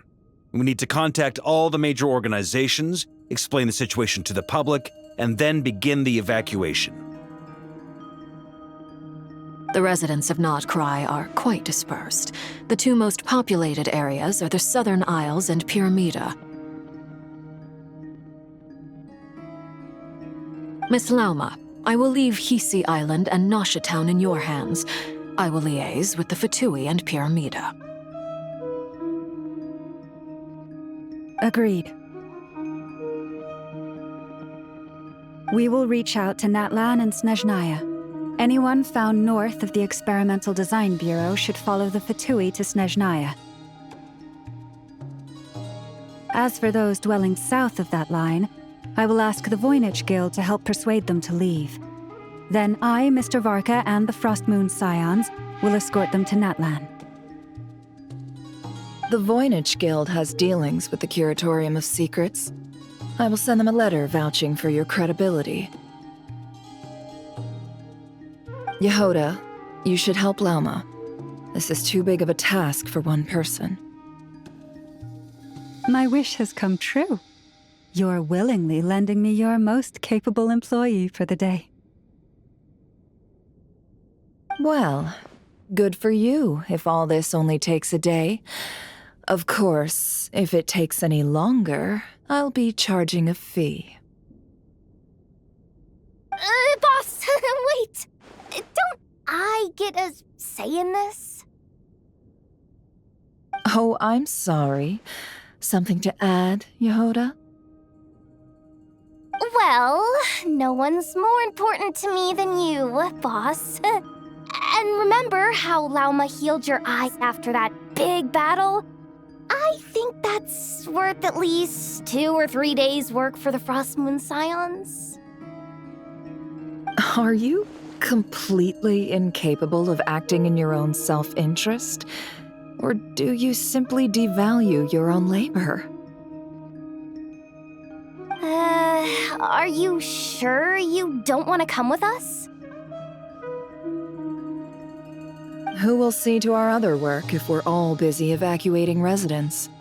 Sandrone insists that Columbina is still alive, and we have a traveler to rescue. There's much to be done. But boss, I'm just worried that... Well, Nefer, I'll link up with you once my tasks are complete. What makes you think I'd need you to do that? I'll need it. And considering the way you approach certain matters, I think you'll be better off with me present. That's quite enough. Just focus on your work first. I bet we're in for an uphill battle here.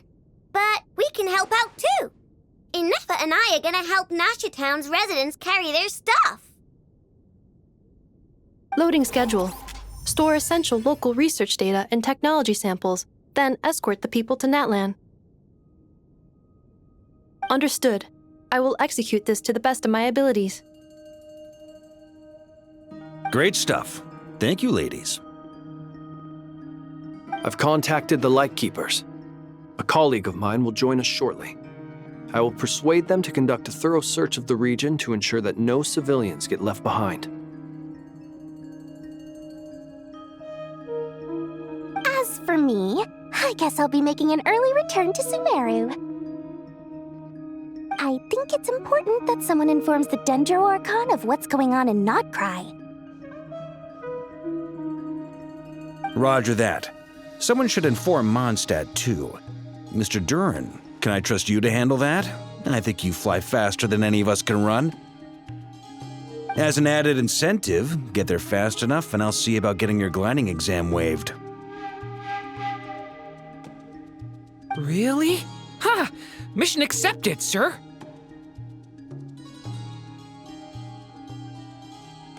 I intend to stay behind and help Miss Sandrone with her research. She has some alchemy-related questions that she'd like me to explore. She recognizes your expertise, then. I wish you a fruitful collaboration. Thank you. In truth, I was surprised to hear her express an interest in subject matter outside of machines. I believe she has been investigating some Fontanian technology recently. She made a point of bringing the relevant materials with her when she left the Experimental Design Bureau. She's sorting through everything in her room as we speak. I should mention that we have one other friend who isn't present. He hasn't made his position in all of this clear. But if we know anything about him, he's likely investigating on his own. Paimon's been very quiet today. But I know how close she and the Traveler are with the Natlanese. She should come with us to the border.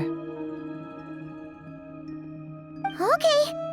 Paimon will do her best.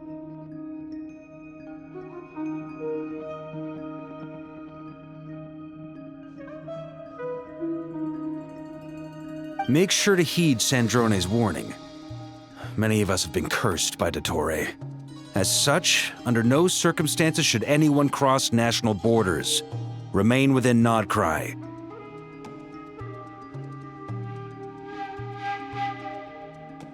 That aside, personally I have faith in Columbina. Things look grim, sure, but who knows how it'll play out. Same goes for rescuing the Traveler. Both of them are important allies and friends. We'll be counting on you to gather intel on them, Miss Nefer. Oh, wonderful. You're all here. That voice again! Nicole? Whoa, that was loud! And it came out of nowhere. So mysterious. Sorry, this is the only way I can speak to you all right now. Please accept my apology. Anyway, time is short. I'll cut to the chase. We're still facing quite a catastrophe here at the world's borders. Alice has roped in every Hexencircle member she can get a hold of. Except for me. She told me I had to come and help you all out as a matter of urgency. I quote, "You love talking, don't you? Well, now it's finally your time to shine. Take these. Make sure the whole party gets one each. You'll be in charge of making sure everyone stays connected." Huh? Is this a Dodo communication device? Scanning. Unknown device. Analyzing. Unknown device. Conclusion. Cute. Affirmative. It is cute and good. I believe that I quite like it. This is no ordinary Dodo communication device. It's my very own special modified version, specifically... Ah, sorry. I almost went off on another tangent there. Anyway, help yourselves. It will allow us to communicate over long distances within Nodcry. No more worrying about shuttling messages back and forth. What astounding technology. Am I right in assuming that it relies on your personal abilities to function, Miss Nicole? Yes, exactly. Right on cue, Albedo. I'd love to brag to you all about how it all works. But no, next time. Anyway, I'll be right with you all, serving as a communication hub. That's all from me. Head off as soon as you're ready. I'll be staying here to keep watch, and I'll be sending you my blessings.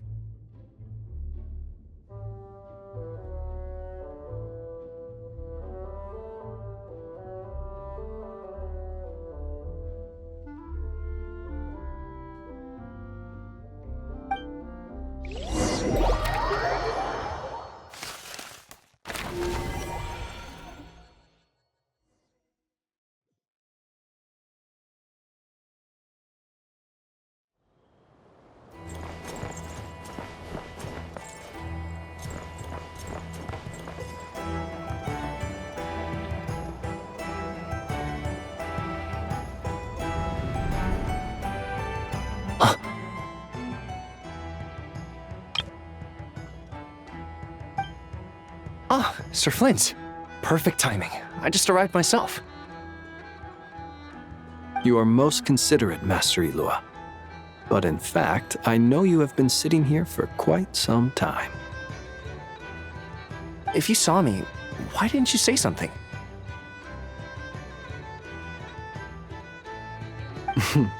I was curious to see how long you could sit still for. Also, shouldn't you have managed to sense me approaching? That would be a first. You always seem to appear out of thin air without making a peep. Also, how many times do I have to tell you not to address me as master? I don't qualify. I beg to differ. Why should a young man so well versed in social graces as yourself not be worthy of that title? Please, Lord Flint's... Sir Flint's. I'm begging you, don't flatter me into complacency like you do with everyone else. You understand me better than most. My newest acquaintances tell me I love complimenting others. What do you think? I think they don't understand why you do it.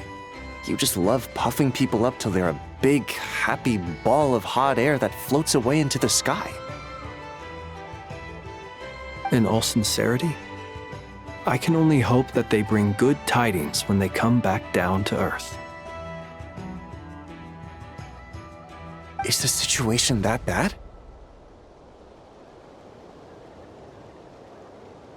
We just held a strategy meeting. Let me fill you in.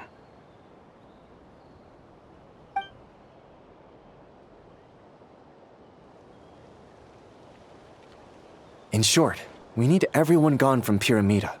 We also need a team of lightkeepers to scour the more remote regions of Nodcry for civilians to evacuate. I only hope we have enough personnel. We do. Old Man Nikita will definitely help, and we can recall anyone out on patrol to focus on this instead. Good. I'm sure you and the others will make short work of this. Now, don't forget, once you've completed this task, make sure you and the rest of the team evacuate to either Snezhnaya or Natlan as well.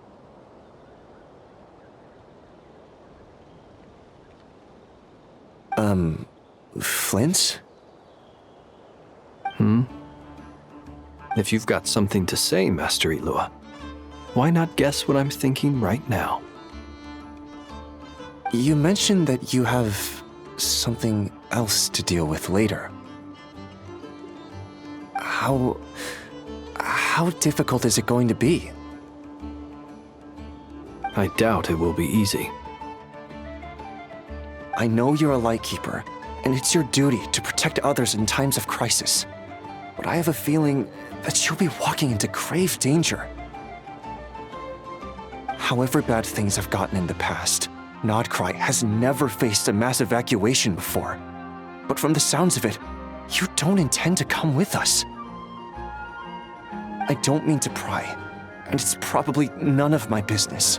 But whatever it is you're intending, you don't have to go through with it, you know. I've been afflicted with some sort of curse, and I'm told it may well trigger if I set foot outside of Nodcry. As such, I cannot leave. I have to act, if for no other reason than to fight this curse. What? No. Why? Why would anyone want to curse you? There are plenty of people out there willing to trample over others in pursuit of their own goals.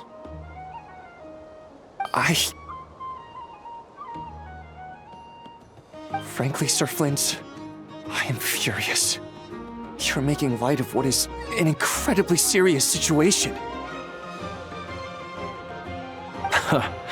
Indeed I am. And? And what? I told you, I'm furious about this. Nothing I can do about it, I'm afraid. Things happen, and we just have to deal with them. If you find yourself feeling angry, perhaps start by drinking a big glass of water. Hey, you mean you're completely unmoved by my anger? I'm devastated. Then allow me to express my sincerest regret. Come by the lighthouse sometime. We'll catch ourselves a few fish, have a little barbecue, play some cards, and bask in the sun.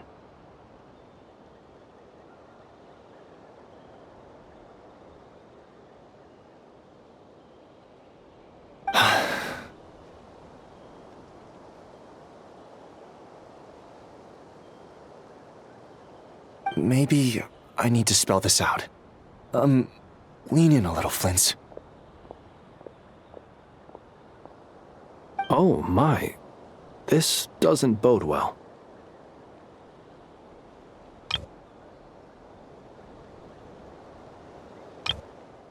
Oh my, this doesn't bode well.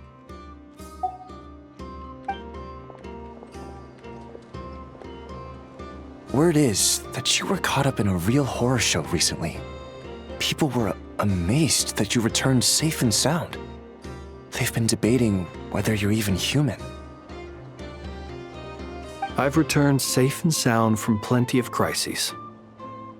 When you say people, do you mean other people, or do you just mean you? Fine. I'll be frank. You're not human, are you? Heavens. Now that's a horrifying thought. You know what? Forget it. We'll revisit this once it's all over.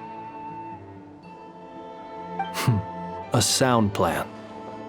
Albeit a little ominous sounding. Just promise me you'll come back in one piece, all right?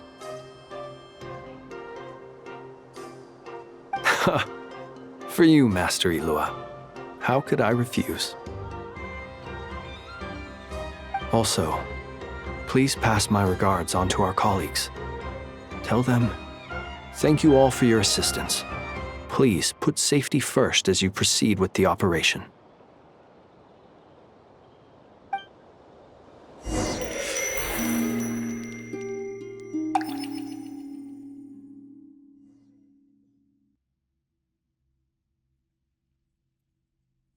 I have to keep searching for a path toward reality.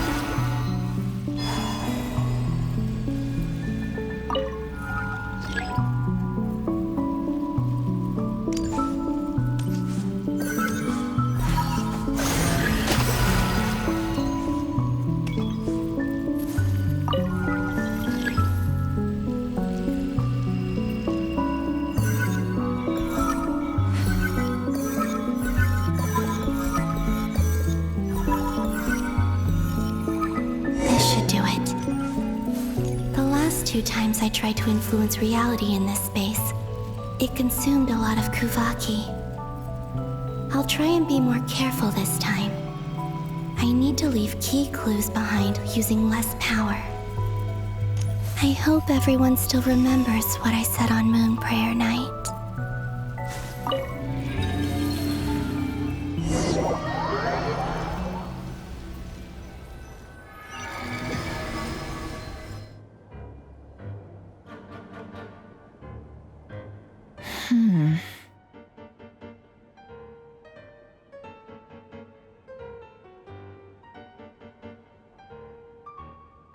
Nothing here either.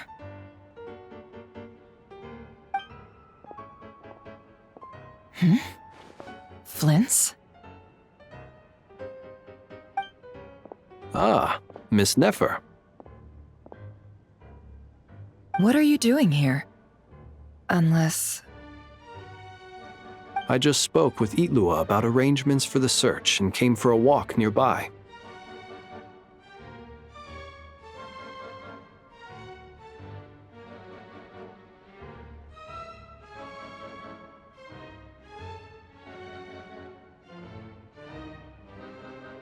As for you, why would... It appears we think along similar lines, and neither of us likes to accept things at face value.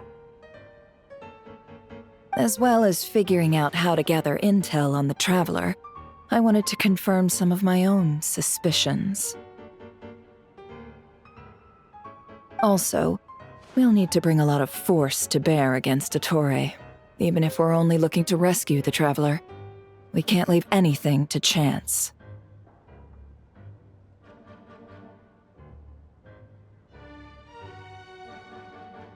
You don't think Columbina perished either, do you? I'm merely considering the possibility that she survived, just as you are. How much can we really know about a deity like her anyway? Do you remember what she said on Moon Prayer Night? About using moonlight to send messages to us? Of course. I think that's why we're both here. Where have you checked so far? I've been focusing on the outdoors. Anywhere the moonlight shines. I checked most of Nasha Town, but didn't find anything. I checked the Curatorium of Secrets, and a few rooms where I thought I might find some leads. But no luck here either.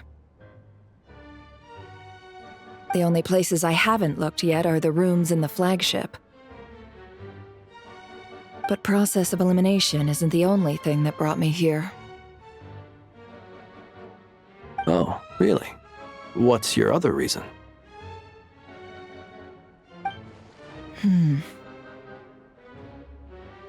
After all that build-up, our mystery ally never showed up even once!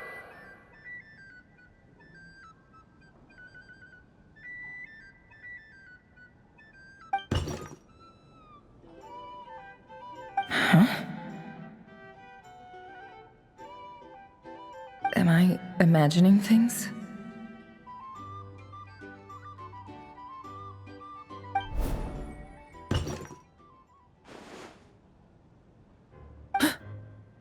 Come on, let's see what's going on.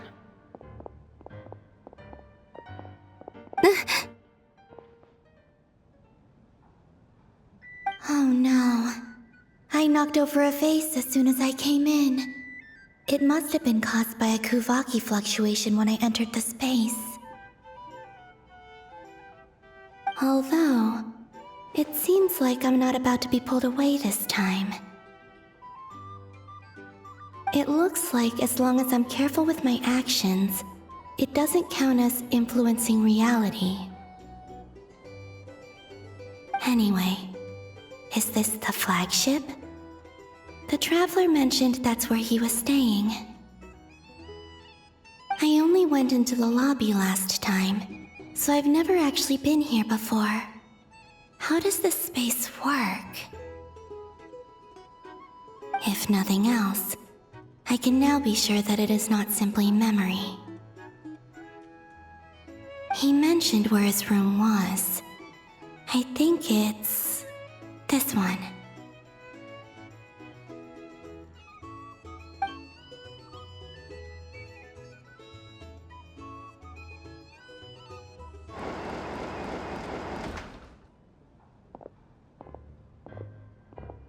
The door is closed.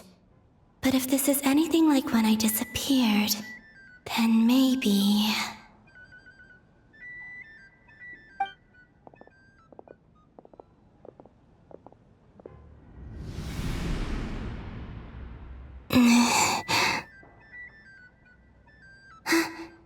I'm in.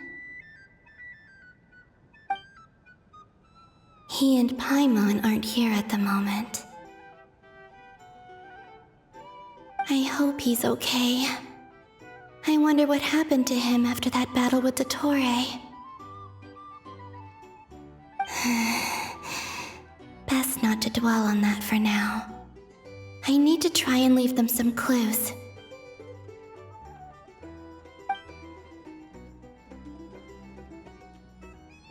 Please, Traveler. I really hope you find this.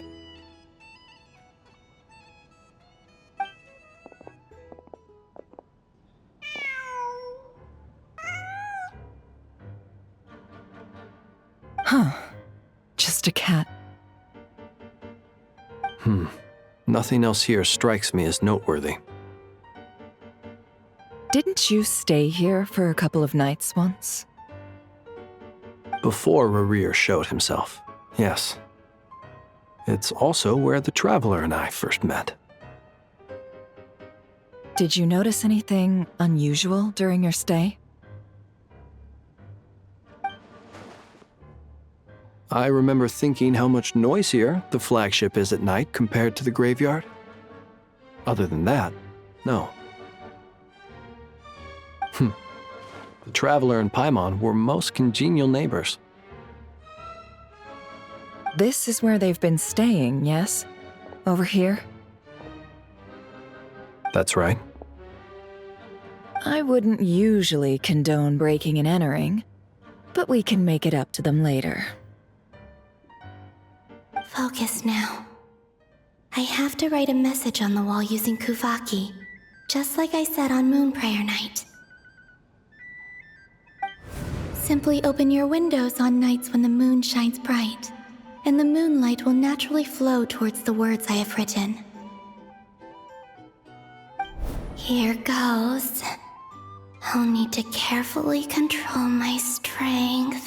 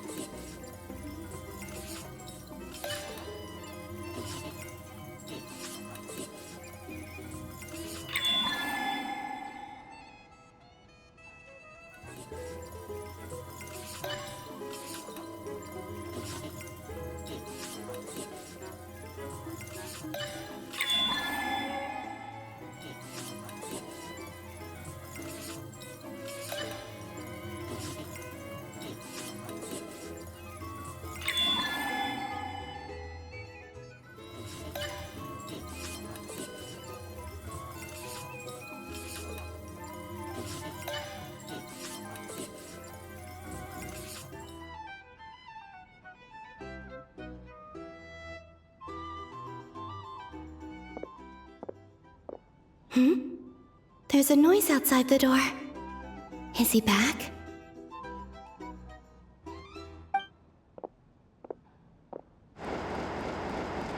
Please, you have to see these words.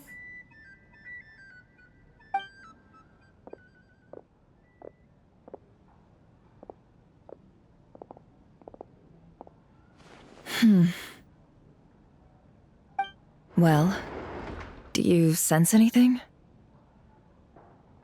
Unfortunately, no.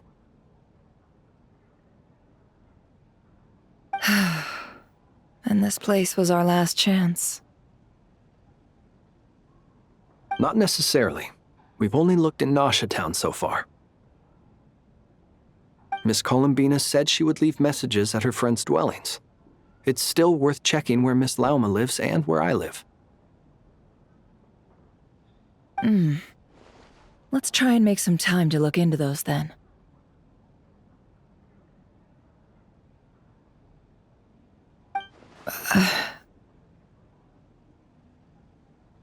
Wait.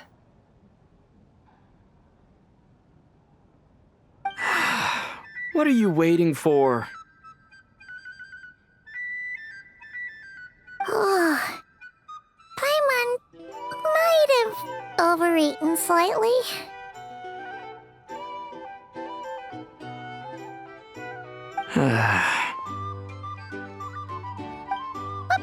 What's that look for? This is a victory feast. It's normal to eat a little more than usual. The Traveler in Paimon. It's really you. But why are they talking about a victory feast? Huh. You worried Paimon sick while you were out there fighting Rerir. So this is your chance to make it up to her, alright? Wait.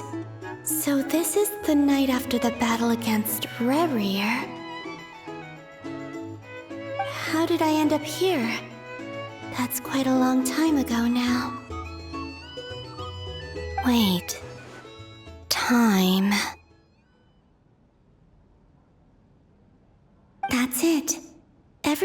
entered reality within this space, it's been at an earlier point in time. Every one of those points has been before I fell into the moon's reflection. And everything I've done to affect reality really did happen in the past. Does this mean that, within the moon's reflection, time flows backwards? Starting from the moment I fell in? Not long till Moon Prayer Night now. It's gonna be even livelier than tonight. Although, it's gonna be sad saying goodbye to the damselette. She seems like a really nice person. Paimon. No, I can't. Even if I make contact, they probably won't understand what's going on. And in any case, I'll likely get pulled away again if I do. Instead, I have to find a way to get them to notice what I've written using the moonlight.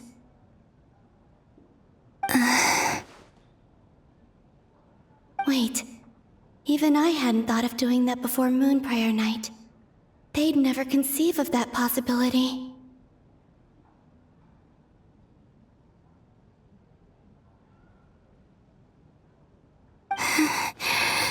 Is there truly no other way?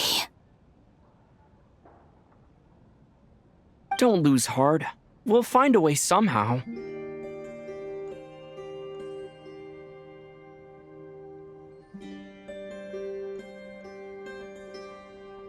Huh? Oh, you say that, but the Frost Moon is beyond the fall sky. If we wanted to go visit her, how would we make it through to the other side?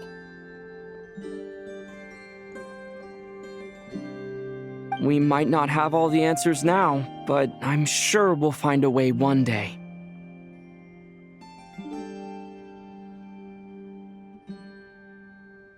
Huh. Guess someone's gotta be the optimist. The present. The future. That's right. There are still things I can do. What's your plan?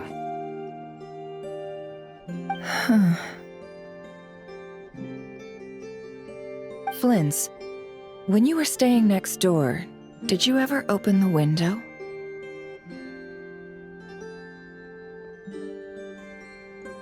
No. The rooms here are dark and damp, and there's such a buildup of dust on the windows that the moonlight can't even get in. I didn't think it was worth the trouble.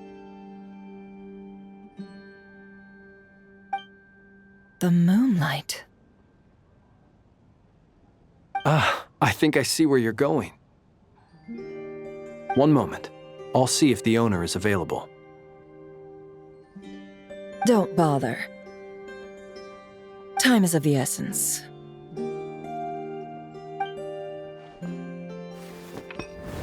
Time.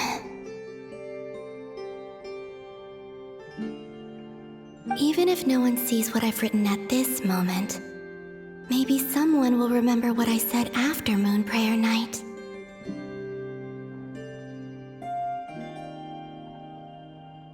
I need to write down as much information as I can.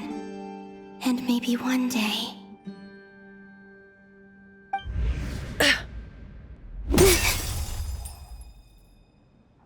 Huh? What's up with you? You can't even hold your cup steady. Are you getting tired? A little. Well, you should probably hit the hay then. You've had a really tough couple of days for you.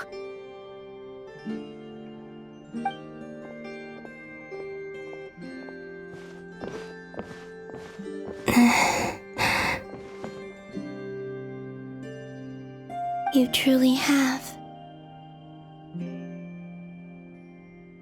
You helped defeat Rerir, helped me reclaim my name, And you helped the others organize Moon Prayer Night. Wherever you are right now, I'm sure you're still fighting against the injustices of fate. This is all I can leave for them.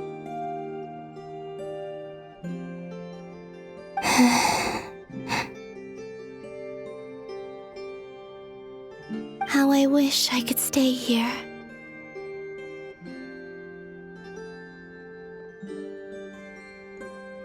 But it's time for me to go.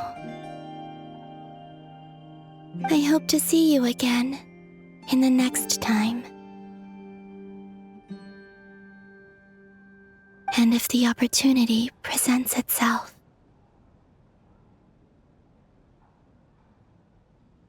I will surely return to your side.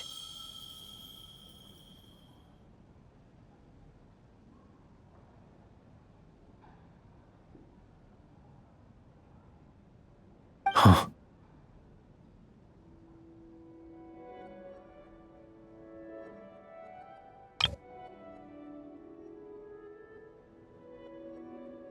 Columbina. She's alive.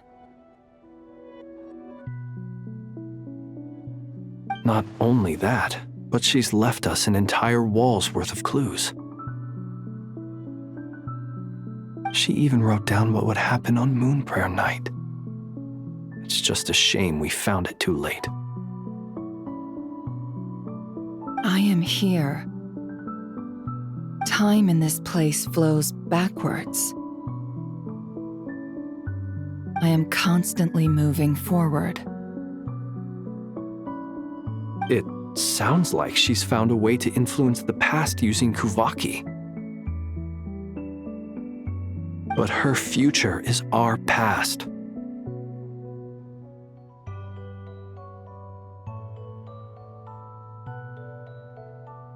So, these words have been here ever since we defeated the Ray Hero Solnari. We just never discovered them.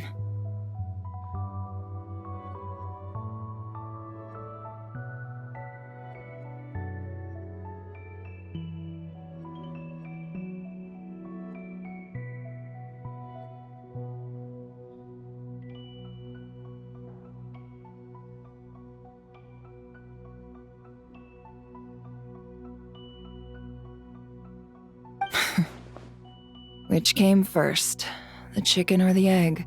Do you ever mull over questions like that? Only when I'm in a good mood and at leisure. Well, I never do. Everything that has happened already belongs to the realm of fact.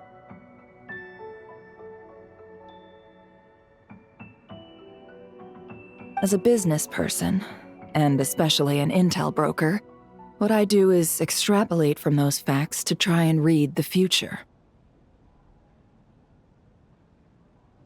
An admirable philosophy.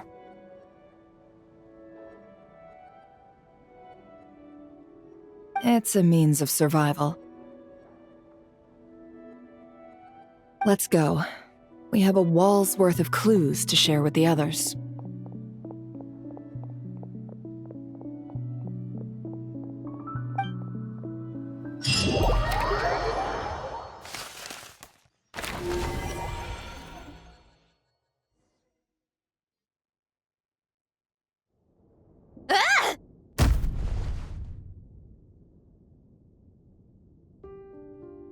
It appears that the doctor's energy signature has changed to something similar to Kuvaki, but not like the Kuvaki we're used to.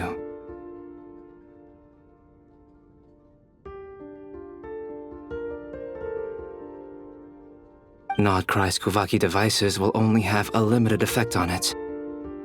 I can see why you've chosen to place your hopes in alchemy instead. Also, I must say these books are rather profound. My subordinates just shipped them in from Fontaine. Some of them are from the Narcissenkreuz Ordo. Some are incident reports from Petrichor, and then there's a few test reports for these junk machines. Additionally, after some further scanning, I've discovered something extremely annoying. What's that? Teyvat's skies contain multiple moons. A long time ago, when I did my first scan, I detected 3, just as the legends say. But when I checked again just now, I detected 4 moons.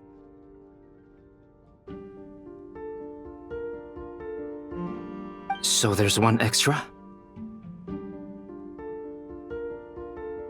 Yeah. Originally, I thought that if I could still find 3 moons, that would at least mean Columbina's still alive.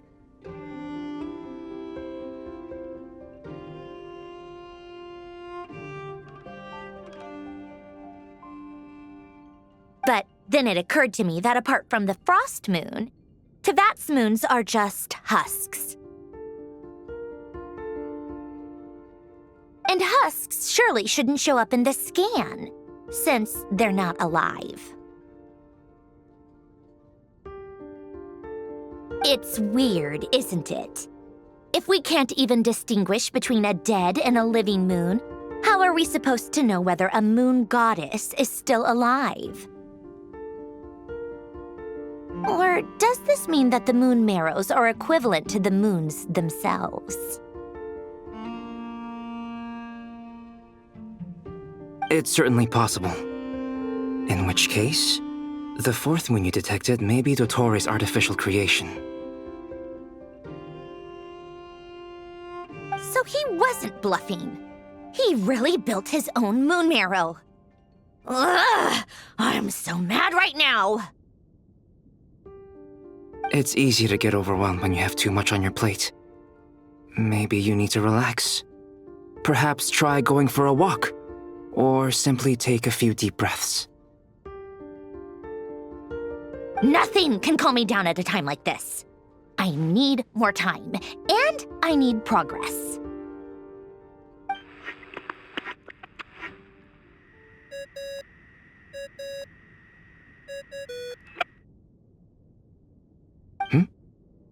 It's Mr. Flynn's. I really hate that ringing tone. Ugh. First the 4 orthants of the Narcissenkreuz, then moon marrows. Now what? I really hate that ringing tone. Ugh. Oh, sorry if we're disturbing you. Might I ask what's troubling you? What do you want? We're busy. Are you still at the Curatorium of Secrets? Yeah. Look, everyone else is still out, so there's no hurry. Plus, I'm busy, so I would appreciate if you gave me some space. Even though we have crucial intel to share? Fine, I'm listening.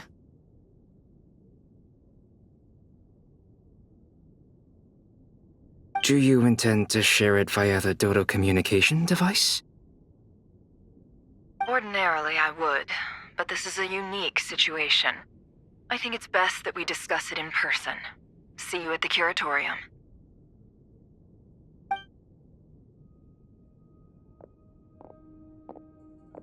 All right then. So, what's the situation? The rest of the team is still out working on their missions and evacuations, but we've decided to fill you in on the most crucial information first. Sandrone, you were right. Columbina is most likely still alive.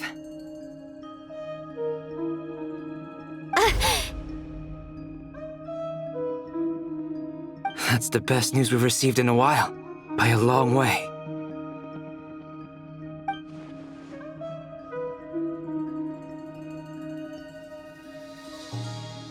Random locations. Appearing in reverse order? Are you serious? So not dying isn't enough for the moon goddess, huh? She has to show off too. Anyway, does this mean we can deduce her condition from the moon marrows? Miss Sandrone, there's nothing wrong with simply admitting that you're happy to hear the good news. I'm not. And she's the least of our problems. We're facing a huge crisis. If she can't control the flow of time in there, she's just gonna keep moving backwards. Different points in time won't intersect, and she'll never find a way out. Let's say life begins with a drop of water. When did time begin? The moment this planet came into being? No, that's not right. Her final destination would be the moment at which the space she is in was created. But it doesn't seem like we can influence that space from the outside world. So how can we help her?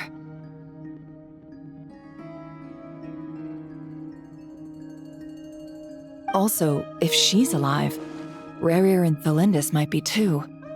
But as far as we know, neither of them have come back out. That space may not have an exit at all. I'm afraid I must concur with Miss Nefer in this.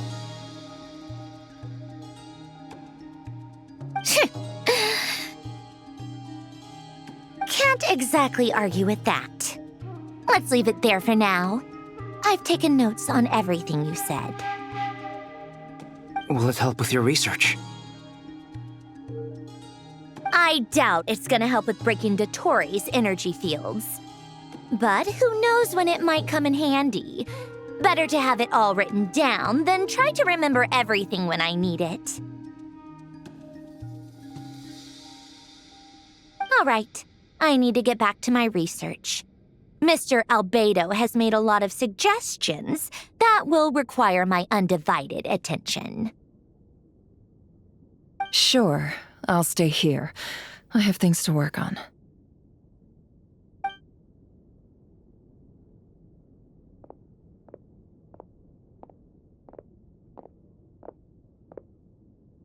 Paimon, are you there? Oh, right. She went with Varka to Natlan, didn't she? Good thing we've moved her and the Traveler's luggage in here.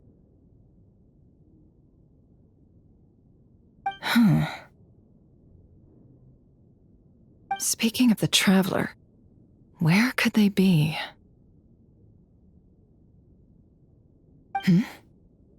There's a note from Paimon. Paimon here. Not in at the moment, but if anyone needs to borrow her stuff or the Travelers, go ahead and help yourself. Paimon won't be mad.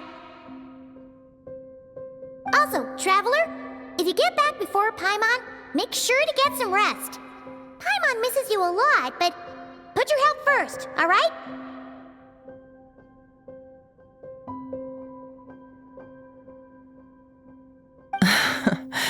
How sweet.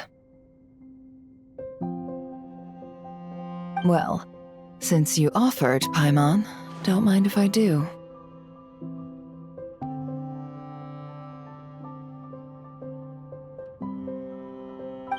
This is the Traveler and Paimon's luggage. All the items they use day to day are here. It's well organized. I wonder which of them is responsible for that.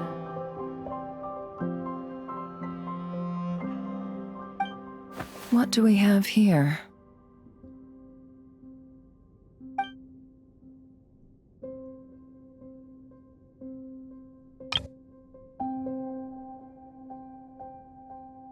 The camera captured a special moment that can only occur between people who are close to one another. You can really sense how the photographer feels about their subject. I wonder why this picture was placed outside.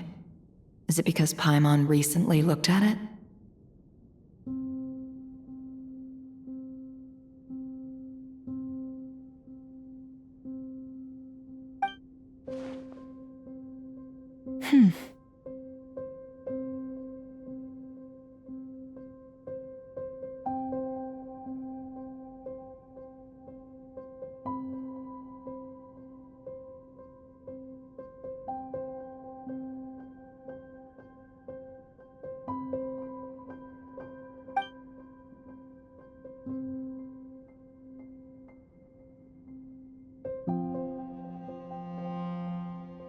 This must belong to the Traveler. Perfect. I'll use this.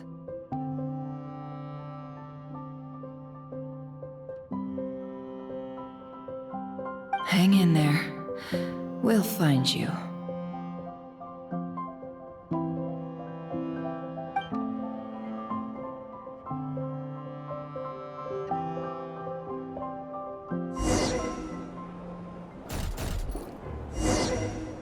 Polonia.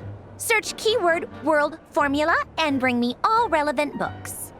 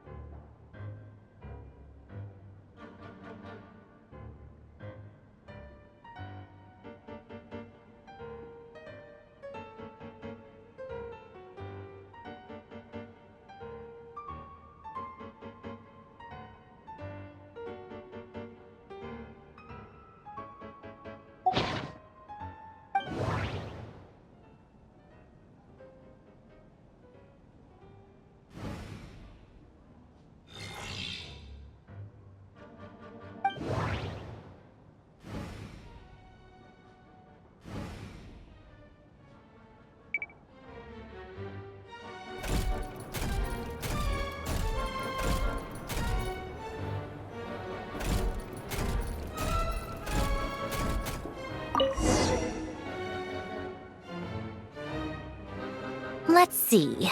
This one is on Tonki's sermon dictation concerning the apocalypse. I believe that the correct term for this is Fortuna. This was an ancient Romorian technology, a wisdom unparalleled.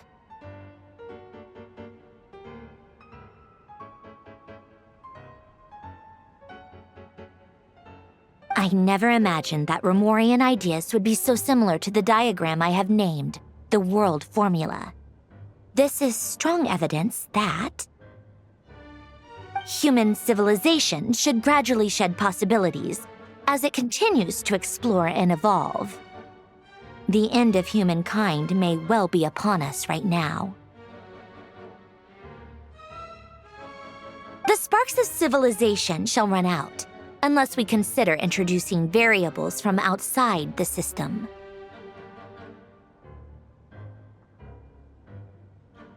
Variables. Surely that can only mean one thing. Descenders?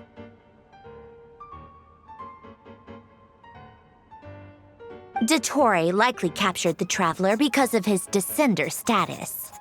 But the Three Moons' authority comes from the world itself. Why would Dottore need anything beyond that?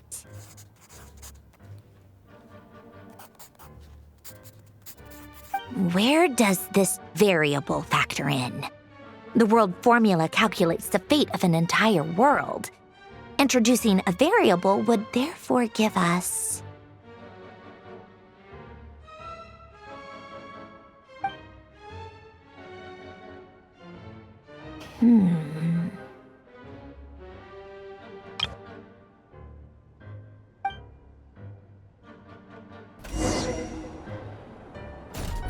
Polonia, search keyword pathway and bring me all relevant books.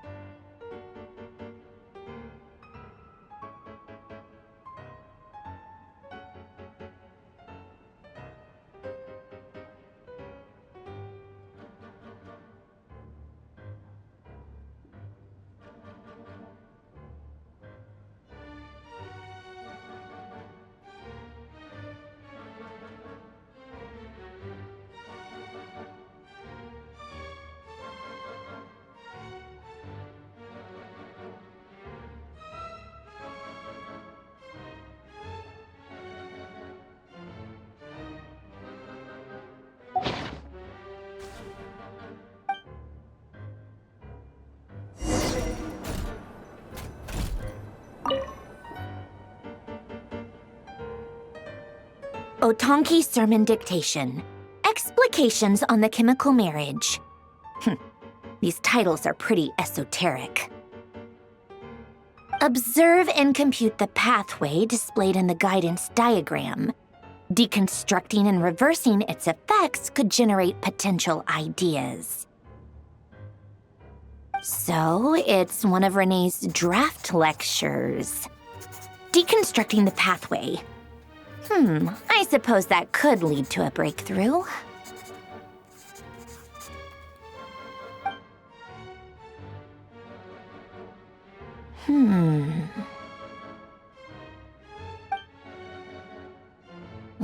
This is so long. This guy sure loves showing off his knowledge.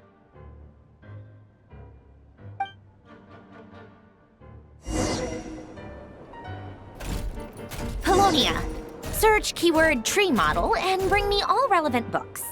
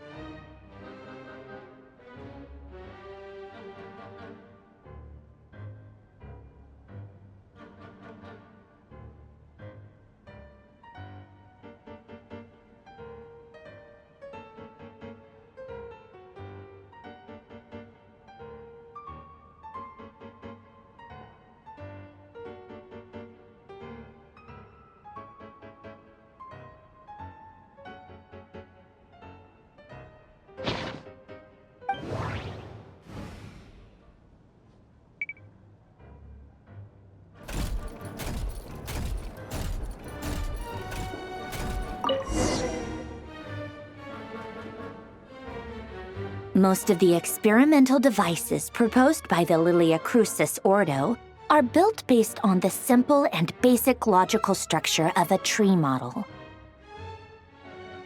Lilia Crucis. Guess they were trying to cover up the name of the Narsissenkreuz Ordo? When Duke St. Germanus departed, he said, "It seems that there's no going back." Alas, he is only a genius when it comes to machines. In all other things, he is but ordinary. Excuse me? I'm sorry. That's just ridiculous. What kind of book is this? Great Detective Herlock, the Alchemist and the Clockwork Saint? Isn't this a novel? Come on. Still, the author swears that they knew Renee well. Whatever. I guess it's not beyond the realms of possibility that Renee would say nonsense like that on occasion. Memory, wishes, souls, and persona. Frankly, this sounds more like occultism, but if Albedo vouches for it, I suppose there must be some alchemical basis to these techniques. The way Alain Guillotin saw it, the world was comprised of machines. The universe needed machines, and thus his technologies were created. That's why I was born. Renee, his full name was Renee de Petrichor, if I recall correctly. Sounds like he and the town must be intricately connected. That place was also the source of most of our information regarding Remurian civilization. Seems like some of his projects were based on their technology. The cutting of souls and storing them in vessels. These seemingly unrelated techniques underpinned Renee's research, assuming that the 4 orthants correspond to alchemical categories. The chemical marriage model? Alain would have scoffed at that. He never would have let those theories or parameters anywhere near his mathematical formulas.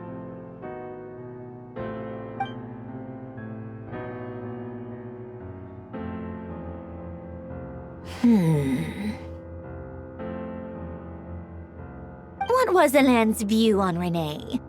I know he mentioned the name, albeit very rarely. Oh, now I remember.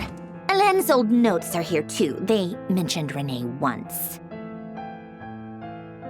Renee seemed most out of sorts when he spoke to me. A lack of sweet foods has dulled his mind, I should think. Either way, his words are not to be believed. Yep, that sounds like Alain. My subordinates actually did a half-decent job digging out all these materials. Makes a change. Good for them. Some of Alain's old files are completely consistent with these records. He must have gotten them from the Tower of Gestalt. I never knew he got his hands on Renee's records that early.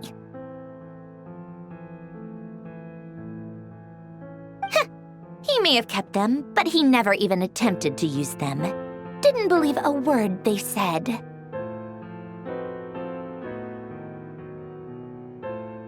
Come to think of it, Renee's world formula was filled with calculations of constants. That shows he believed that the fate of the world to be predetermined.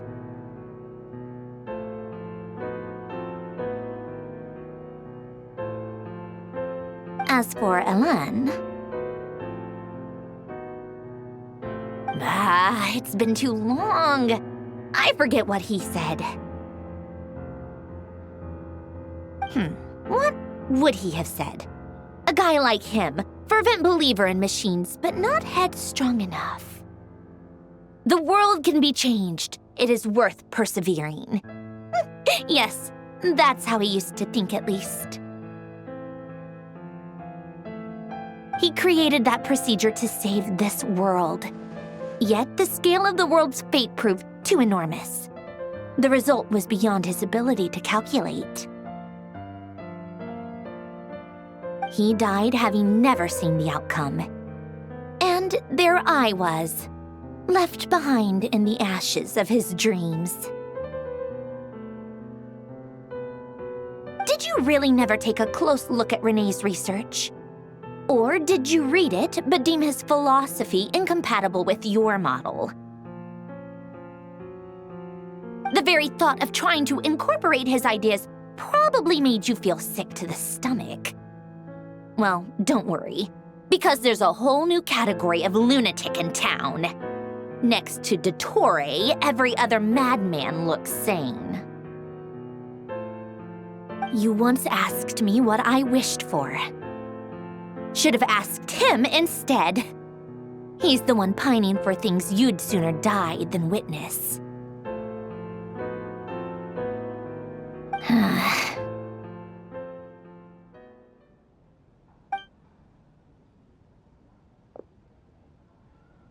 Even the tiniest variable can make big waves in the present.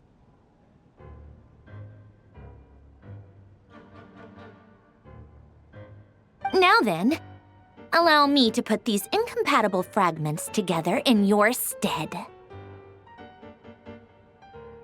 First, establish and verify the existence of the Great Circle. Absolute nihil on one end, absolute reality on the other. Now, search between these two extremes.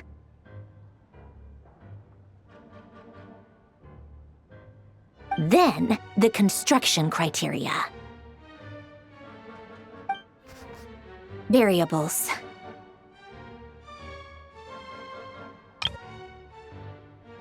The sparks of civilization shall run out unless we consider introducing variables from outside the system. Input variables. Traverse the world, space-time, and civilization, then extract the essential nodes from the records to determine which variables they point to.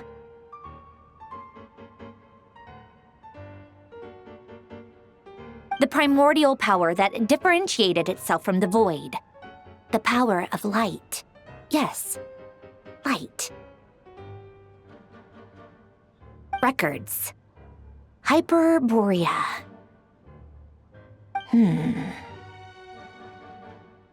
This is horrendously complicated. After all that, I'm still missing a few variables. I need to think this through again. How do you think it looks, Polonia? Like the frenzied scrawlings of a madwoman?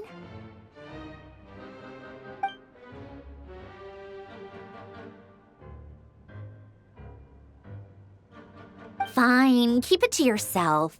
It's not like you can talk anyway. I'll assume you gave it a passing grade. I jest. But true madness does often start with trying to save the world. What would Arlecchino and Columbina think if they saw this incomprehensible hen scratch? They'd probably have me institutionalized. So would Rosaline. She's been dead for a while now.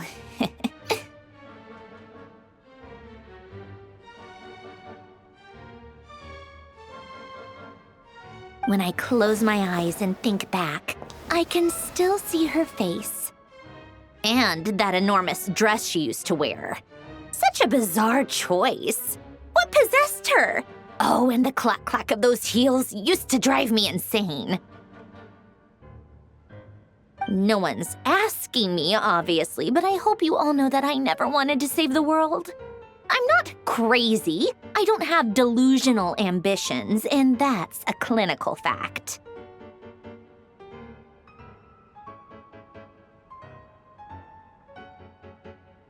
The world needs a solution, but I don't need the world's validation.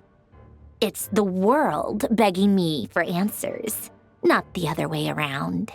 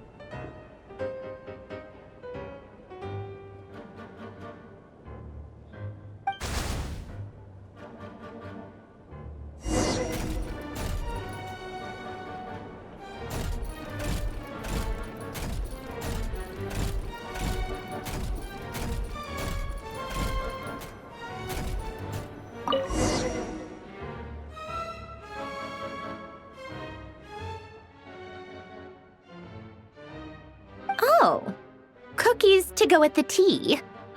Let's see. They must be from that person who brought those documents. I see they're from Hotel de Boer.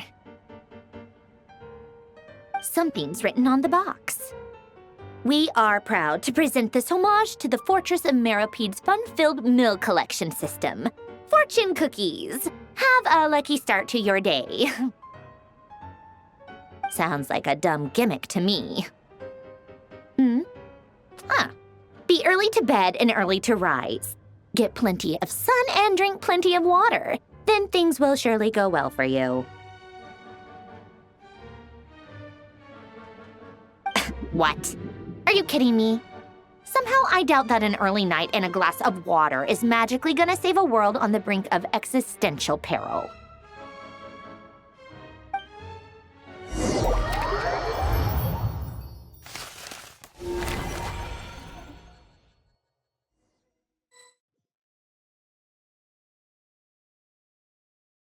Lady Arlecchino, word has reached us that Lady Marionette's troops are all in position. They are ready to act as soon as the order is given.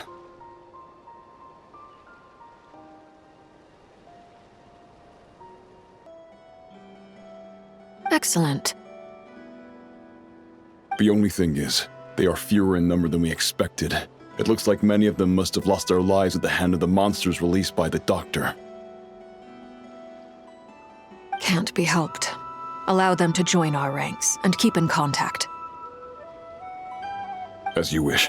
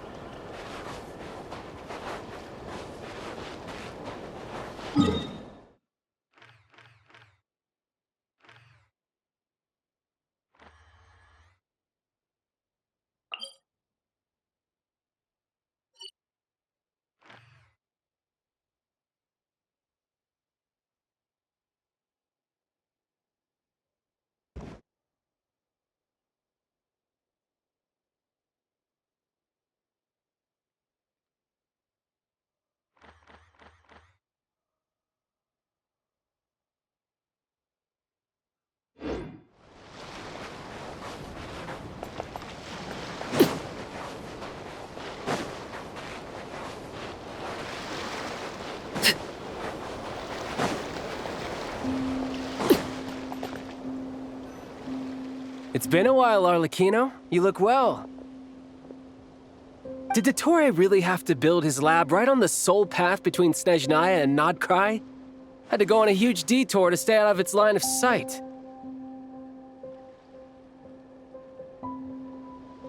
Sounds like an arduous journey. I assume you've brought word from Her Majesty? Of course, all part of the job. Firstly, the Tsaritsa has authorized Fatui Internal Affairs to review Dottore's case. They will reach a formal verdict on whether he has turned traitor and whether he poses a threat to Snezhnaya. While they're working on that, I've been ordered to come and receive the refugees from Nodkrai. They are nearby. My team will escort you to them shortly. Great.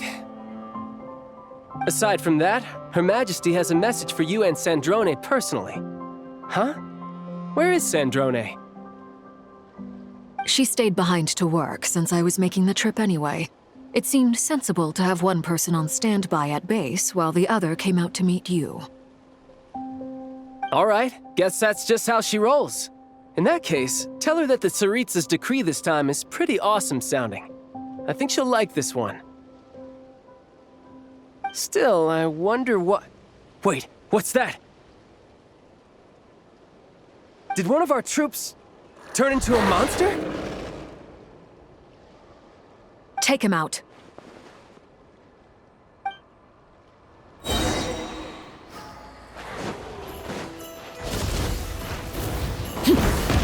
laid bare.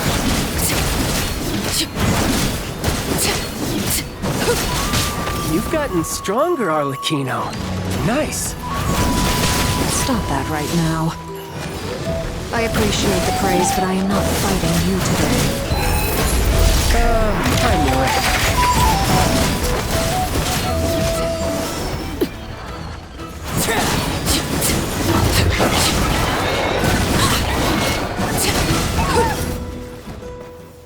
I can't believe it. He was a living, breathing human one moment, and the next? Another fine piece of work by our dear colleague, I'm afraid. What in the world has been going on in Nodcry? A lot. But long story short, Dottore stole 2 moon marrows that should have belonged to Columbina, then built a 3rd moon marrow of his own to concentrate the Trilunar Authority in his hands. What? What do you mean he built a moon marrow? People build roads and houses, not moon marrows. What's his next DIY project? He's gonna build a god? You could stand to be less surprised. We are harbingers. The work we are engaged in makes the creation of gods seem mundane by comparison. I tell everyone who asks that you once crossed swords with Rex Lapis while serving as a key supporter for Rosaline's plan. But right now, you're acting like a common adventurer.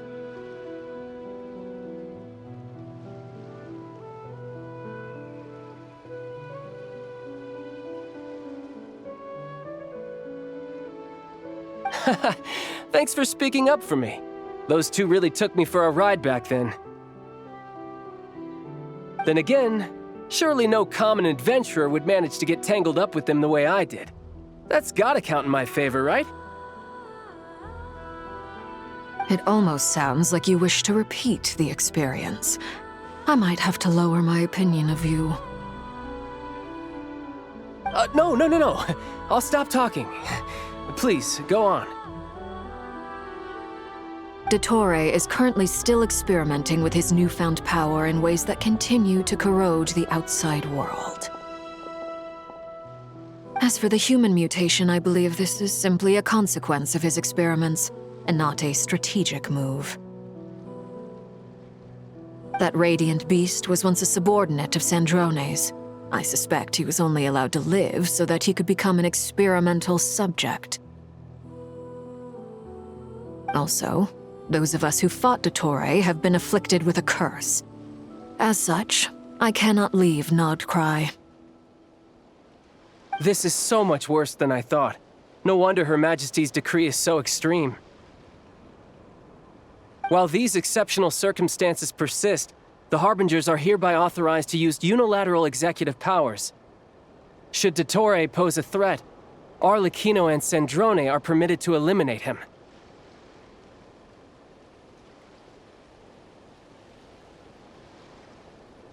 My thanks to Her Majesty. I will pass these good tidings on to Sandrone. Her Majesty has also declared that she will refrain from launching an attack on the now evacuated Nodcry due to the presence of unretrieved research material. A wise decision. By the way, how's my old partner doing? I'm assuming they're with you? Partner? You mean the Traveler? I'm afraid I have bad news. He was captured after our failed assault in Dottore's lab. His whereabouts are currently unknown. What? Why? Since when does Dottore have a bone to pick with him? That is indeed the question. I'm not sure he does. He must have some other goal in mind. This won't do. I have to rescue him. You can't. We have no idea where the Traveler is. What am I supposed to do then? Stand here twiddling my thumbs? Sandrone is working on it. The best thing you can do right now is complete your mission.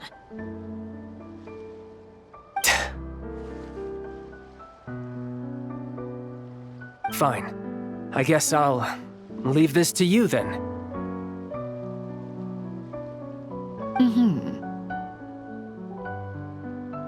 One last thing. Tell the rooster to get the message out to the gods and citizens of every nation in Tevat. Beware, an uncontrollable pollution is spreading forth from Nodcry. The source of that pollution is a madman drunk on the success of his experiments.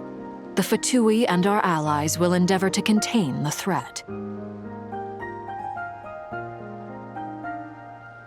However, if Nodcry falls, things are likely to escalate. Considering Dottore is one of our own, all Fatui stationed in Nodcry consider it our duty to stay and fight him to the bitter end. Whatever the cost. Hey, don't be too pessimistic. If it comes to it, I'm sure Her Majesty won't stand by and do nothing. I hope you're right.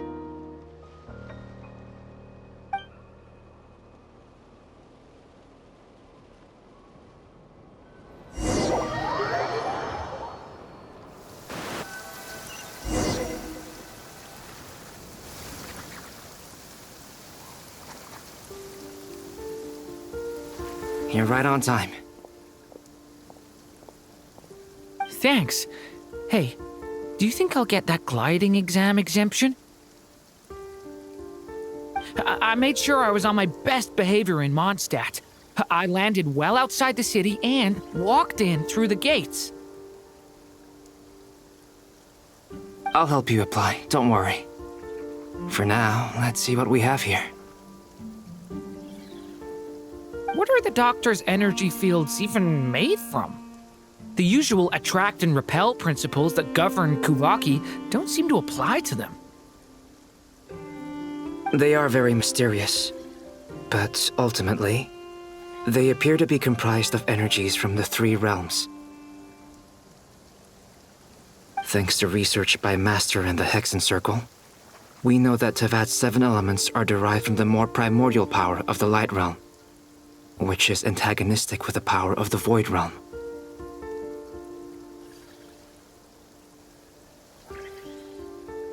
Since you have the power of the Dragon Durin within you, I'm sure you can already tell that this energy field contains no abyssal energy.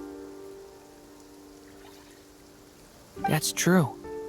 It's not abyssal energy, it's something pure, wild, and untamed.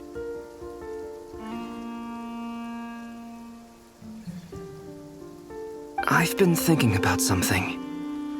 Do you still remember the device that Dory supplied from the Academia when you and Miss Columbina fought Rarier?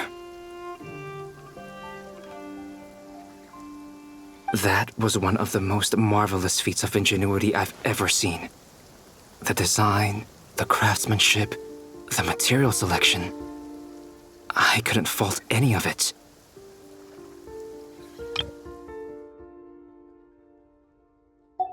Not to mention the operating principles.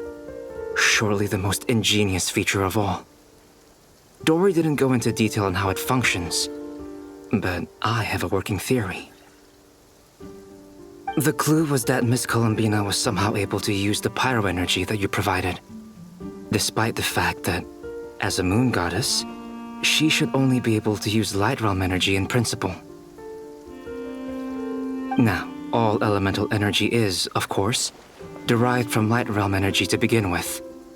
Hence, I suspect that the device works by restoring elemental energy to its original state. This presumes a theoretical model of the 7 elements akin to that of light refracted through a prism. Perhaps it is no mere analogy. Maybe there is indeed a prism in this model. I almost wonder if the idea for the device was conceived based on direct observations of said prism. It would explain how such an ironclad design concept was achieved. It is at once a masterwork of engineering and a groundbreaking application of the Academia's latest elemental theories.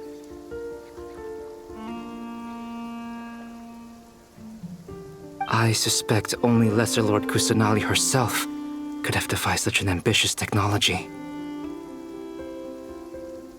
But back to the energy field before us. If this is pure Light Realm energy, its relation to elemental energy is one of integration versus division.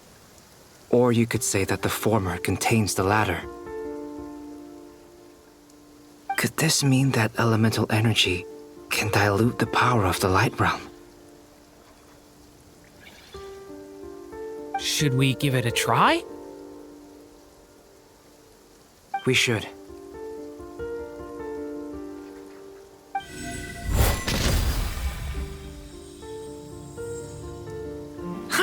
It works!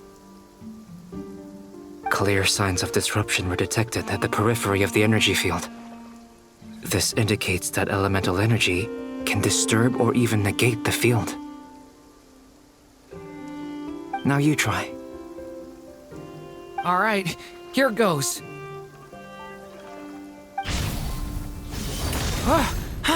It's working!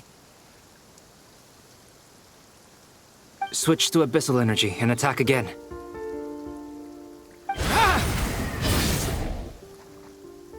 No surprises there. Abyssal power drains the energy field to a significantly greater extent. I now feel confident in asserting that the energy field is indeed pure Light Realm energy, and that elemental energy can dilute it. But the energy field is huge. How much elemental energy will it take to neutralize it? We don't have to neutralize it completely. We can try other approaches. That's all for theory. Would you like to continue watching? So you knew I was here. Huh? When did you get here? A while ago. But Albedo sounded like he was working on his thesis defense back there. Back in Sumeru. You can end a person's whole career by interrupting them mid-speech. Very thoughtful of you. I'm truly touched. Could I ask you to lend me a hand? With what? A little test. Try using Animo to unleash a concentrated assault with circular blades, with the goal of breaking through at a singular point.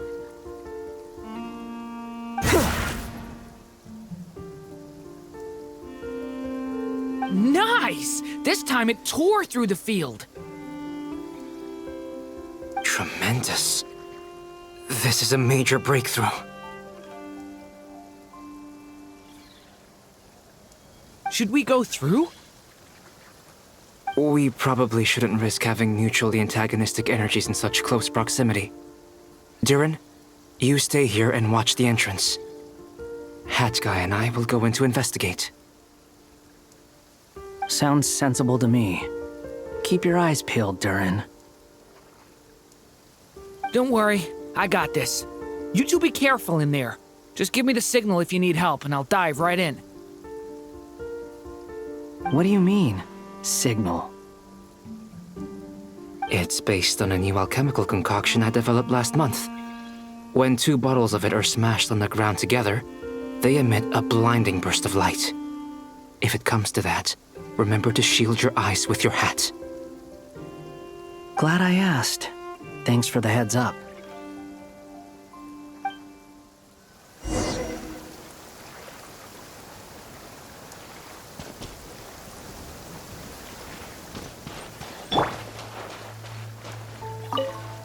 Like I thought. Beyond a certain distance, we can't see the opening where we came in. Maybe that's to prevent people from escaping. Sounds like Dottore style to me.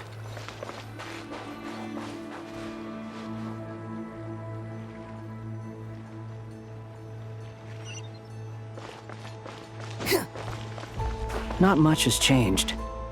Things are basically the same here as they were before the energy field appeared.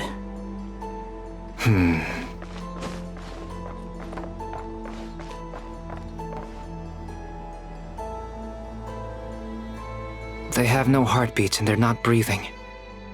We can only assume they're dead. but there are no visible wounds. Also, there's an animal squatting next to each body. It's watching us. That's not an animal's gaze.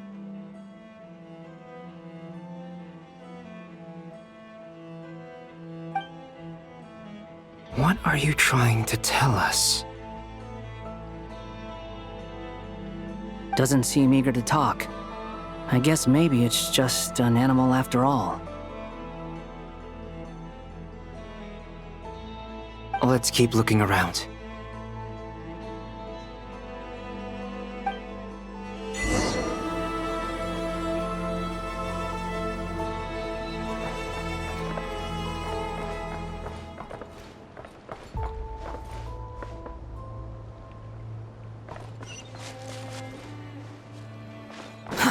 Too slow.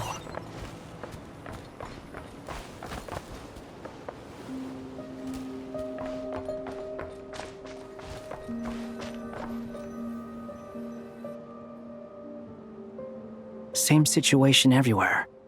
Not a living soul in sight. Just countless bodies with animals standing watch over them. Well, I think we can safely rule out the possibility that they're all pets. Is skirting around the topic your way of showing consideration for other people's feelings? Just being cautious. I don't doubt that you can handle the truth.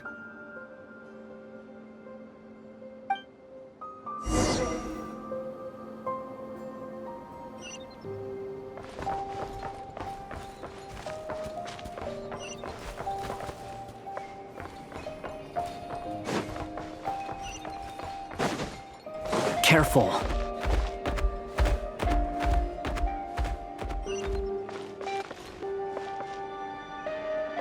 Quit following me.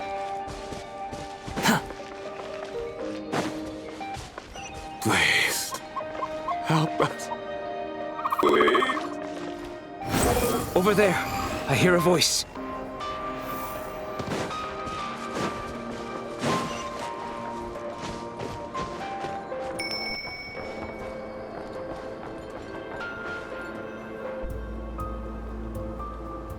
Please, help us. Please. What happened here? I don't know. Suddenly, everyone collapsed. Then my line of sight got lower. I still have some of my senses left. I gotta get out of here.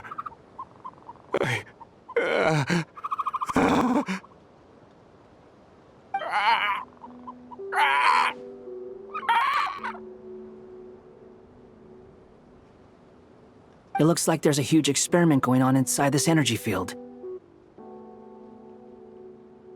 Maybe each energy field is its own giant experiment. Vile. He's swapping human minds with those of animals. Even without the other circumstances, this would be an extremely radical experiment. Those people may have lost their sense of selves, but they are not fully animals either. If they were, they would have left. But instead, their instincts are driving them to remain by their dead bodies.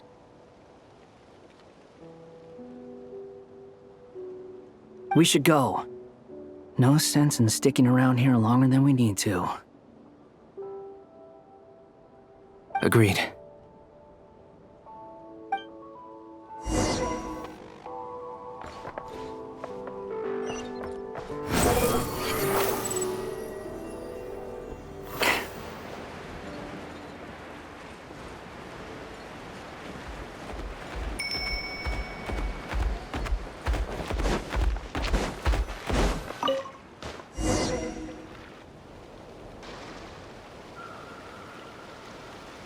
You're back! Everything okay? We saw some things that take a strong stomach. Otherwise, we're fine. We should share our findings with the others.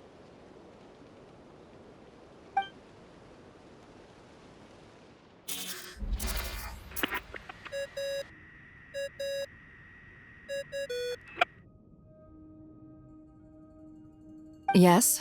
Who is it? Miss Nefer, it's me, Albedo. We found a way to break through the energy fields.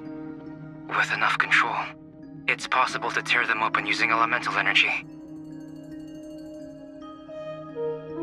Also, we managed to take a look inside. Dottore is carrying out his cruel experiments on an immense scale. Any residents who have failed to evacuate in time will likely meet a grisly end. Sounds like he's living down to our expectations. Might I ask how things are proceeding on your end? I'm just about to get started. I'll be in touch once I have a result. Understood. Stay safe. I will.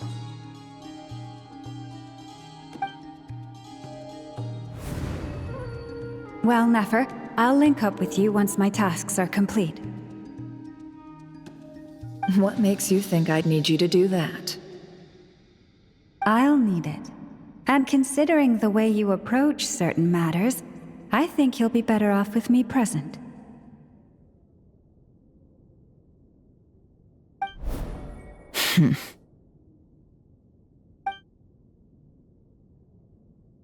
Let's begin. Entering simulation mode.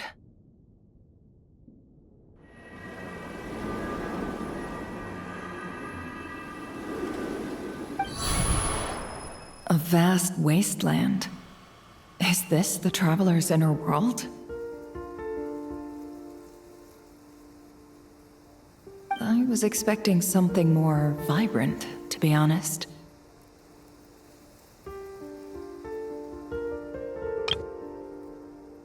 Wait, someone's there. What are you looking at?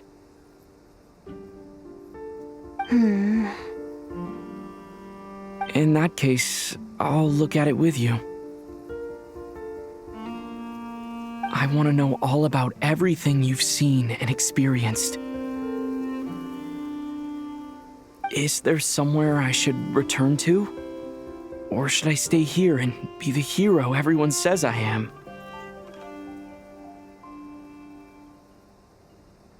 I don't dislike my current life. Roaming the land, fighting battles, accomplishing missions, earning a living, looking after Paimon. It's not so bad.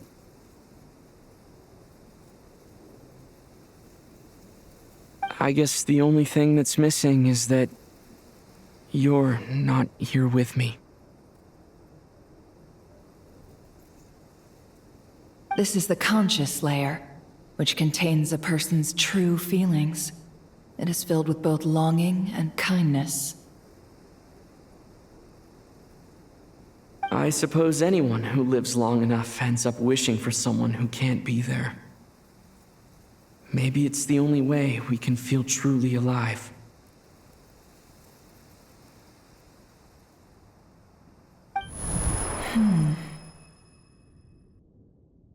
Time to delve a little deeper.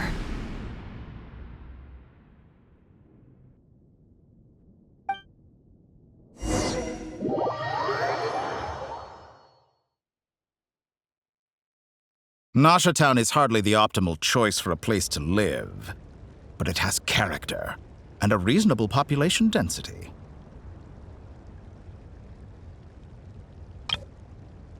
What are you trying to say? Oh, don't be nervous. I was just thinking where might make a good starting point for your journey. Perhaps I should send you further afield. Conria, perhaps. Conria ceased to exist long ago. Once again, you fail to understand the possibilities that the Tri-Lune creates.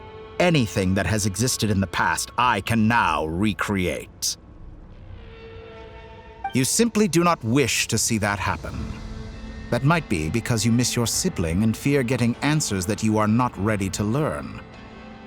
But this is not for me to judge. If we are to collaborate, we need to maintain an amicable relationship. In a moment, you will be able to...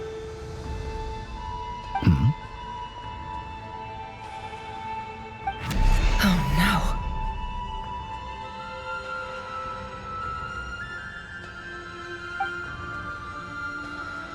What are you...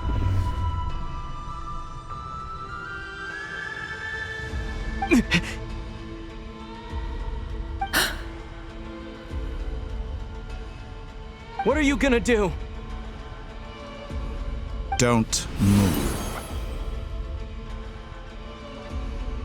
Something unwanted has crept into...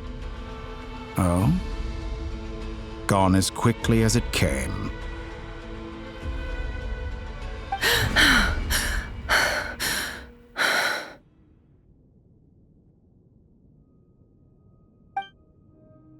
Did you save me? If I hadn't cut the connection, Dottore might have caught you from the other side and destroyed you. This was a good idea, but once is plenty. You were exceptionally brave. Excellent work. Thanks, but now's not the time for that.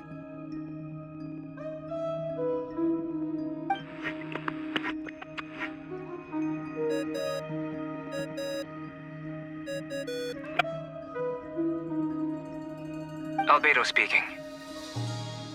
I think I know where he is. What is this endless darkness? I can't see anything, even though my eyes are wide open. But why? What happened? Ah, sorry about that.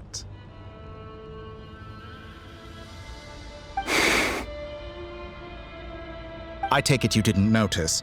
Just now, a friend of yours took a little peek into your mind. Could it be Nefer? How did she do it? Did she use something as a medium to connect to me?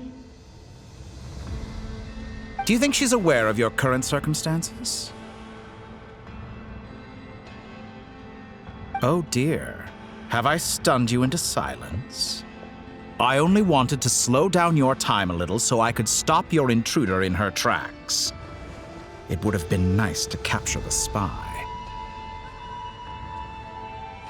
I must say, I'm finding the ability to adjust the flow of time rather intriguing. The moment you closed your eyes, time seemed to grow impossibly viscous, didn't it? A whole month passed before you opened your eyes again. But only for you. No one else was affected. I dare say this is something only a god can achieve. Point taken. You've proven once again that you have god-tier powers. Oh, you misunderstand. This wasn't about proving a point. I was testing things out. I find I learn best by doing. And I have to admit, time is not the easiest dimension to control. I only wanted to make you sleep for a short while, but it ended up lasting a whole month. Clearly some finesse is required to wield the authority over time as I wish. I hope you're not angry with me. It was only a month's discrepancy, nothing too serious. Had I been off by a year, a decade, or even a century, that would have been quite a different story. You could have frozen me for millions of years. So much for collaboration. You aren't showing much sincerity. Millions of years? To what end? I wonder if you don't understand humans all that well. They are very pragmatic creatures who understand only that which they can perceive with their senses.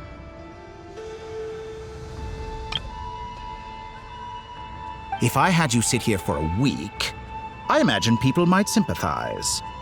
But if I left you here for 100, 1,000, or 10,000 years, the sheer size of that number would cause it to lose all meaning to them.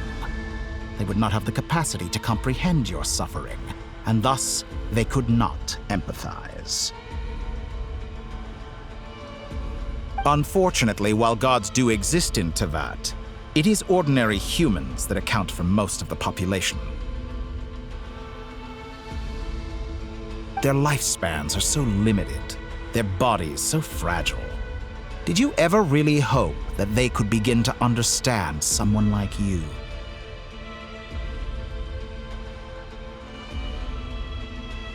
Your long life and unique origins make you fundamentally different from them. How long will it be before they start to treat you like the alien you are? Before you are ostracized, outcast? Alien? Even I feel bad for you sometimes. This world has made you into a slave. So many times you have served its will, and not once have the powers that be ever thought to grant you the one simple thing you wish for. You have been treated most unfairly. I can change that. I will grant you special privileges and give you back the status you rightly deserve as a descender.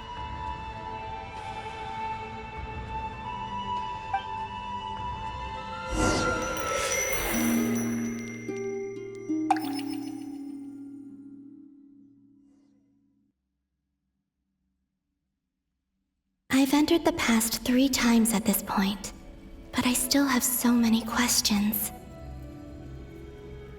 For instance, beyond each point being further back in time than the last, what determines the specific locations at which I can make entry? So far, the common thread linking all 3 scenarios is that the Traveler has been present. But it's more than that. I know I sensed something familiar around him. What was it?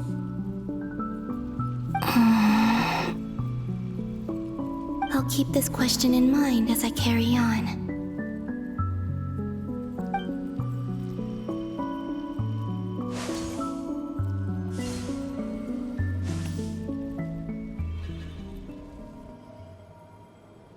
Humans, you never change.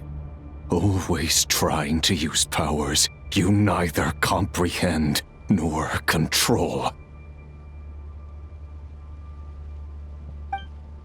This looks like Star Sand Shoal. Was this before Rerir regained his physical form?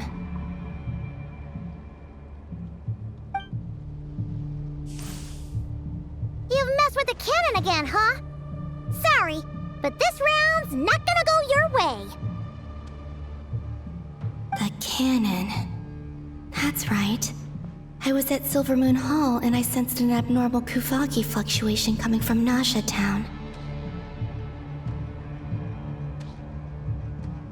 And right after that, came an ominous power emanating from Star Sand Shoal. My body was once torn into countless pieces and hurled into the swirling chaos of time itself. But even so, my life and will were not extinguished. I wonder if I could try to prevent his resurrection. But how would I do it? What can I do, here and now?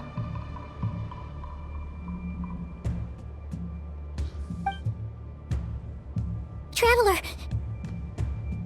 Behind you! Look at that light!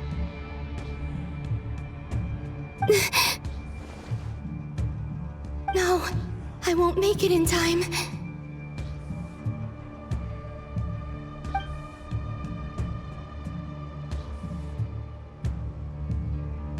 He's using the Kuvaki shield, like I taught him.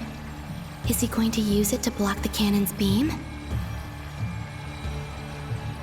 He's strong. I'm sure he can manage. But the force released when the beam impacts the shield might lead to collateral damage. EC Island. The Frost Moon Scions will be exposed to lethal levels of Kuvaki. A question, if I may, kind Miss Columbina. When the cannon's Kuvaki beam was deflected earlier, I saw several bolts of energy streak toward Hisi Island, only to be blocked. Did you also have a hand in that?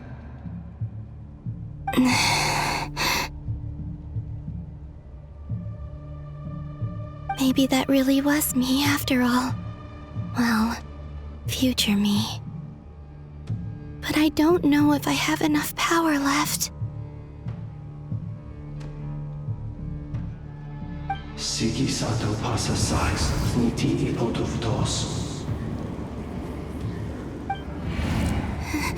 There's no time. Osestikos paratin tirantur risuiku, topirto aithion veraton. I have to make it. Oh, Frost Moon. Oh, great land. Oh, slumbering moonlight of Nodcry. If you can hear me, if you can sense my call, then please, heed me once more!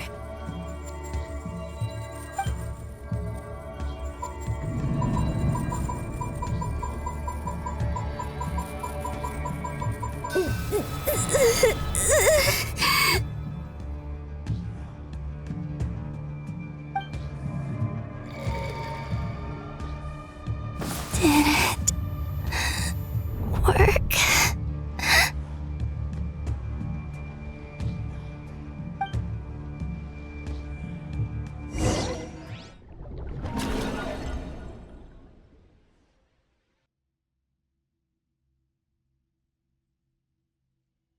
Hey, wake up. Hey, did you hear me? Columbina, I said wake up now!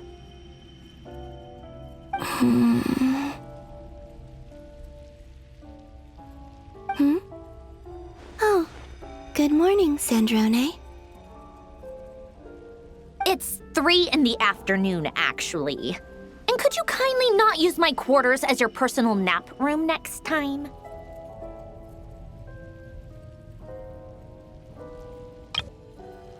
Aw, but I feel so safe here. And your coffee, right? It's so bitter, but it smells lovely. It's like you were raised by wolves in a forest or something. What did you drink growing up? Grass tea? The Frost Moon Scions certainly led a more frugal existence than the Fatui. Then I'll bet you've never eaten one of these before. It smells delicious.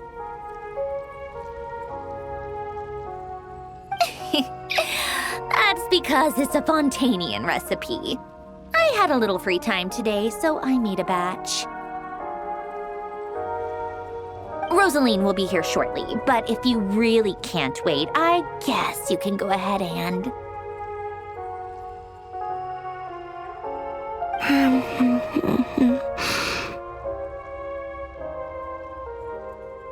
Hey, at least let me finish before you start eating! Did the Frost Moon Scions not teach you basic table manners?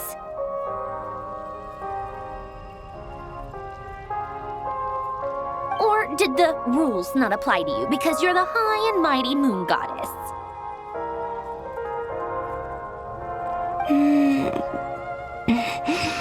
These are so tasty.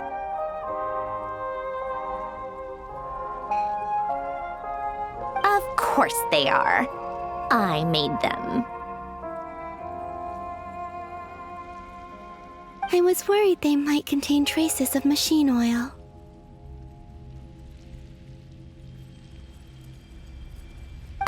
What?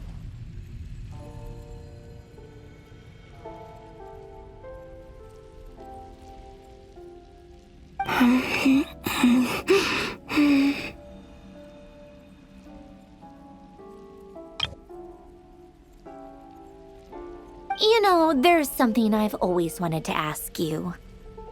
Why did you leave your old home and join the Fatui?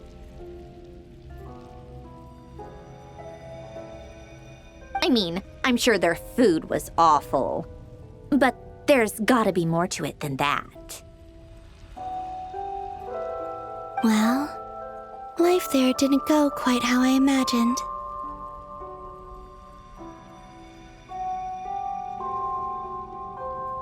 What were you expecting? You're a god. Your followers are gonna make some demands of you, right? Surely you can just answer a few prayers here and there in return for the free food and drink. How bad can it be?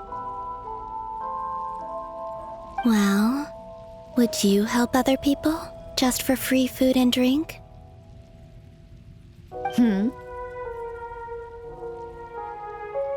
The doctor told me that you were created by a great mechanic, Lord something Fisher.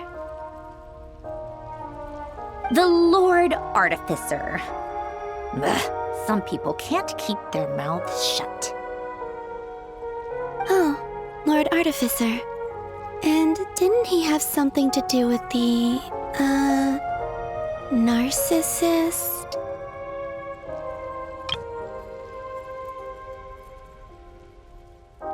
Narzissenkreuz Ordo.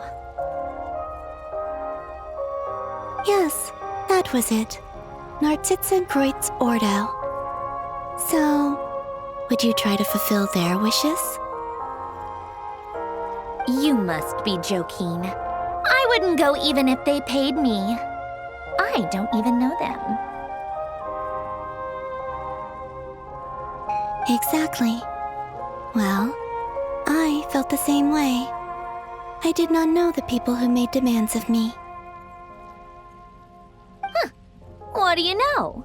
We're on the same page for once. In his later years, Alan did ask me if there was anything I wanted to do. If I had any wishes of my own. Well, I don't. And I'm not in any mood to fulfill someone else's either.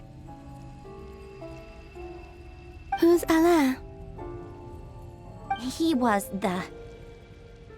You know what? Never mind. You're not gonna remember. Anyway, the point I'm trying to make is, neither of us is the self-sacrificing type.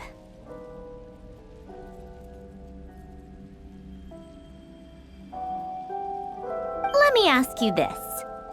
What sort of place would you like to live in, if you could choose? A place where people don't ask me for things I cannot give them. Where they don't worship me, or fear me, but just want to chat with me like a normal person. I'd also like the freedom to come and go as I please. And ideally, it would be somewhere with the smell of coffee and snacks. Not to burst your bubble, but no such place exists in the world. Now, take your snacks and scram.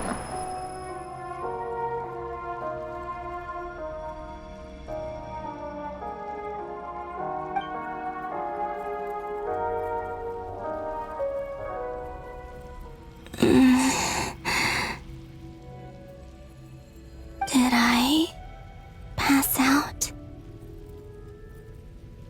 Of course. I'm back here again. I dreamed of events from my past. Sandrone, Traveler. I miss you all so much. Back there, managed to harness all the Kuvaki energy on Hisi Island. But how did I do it?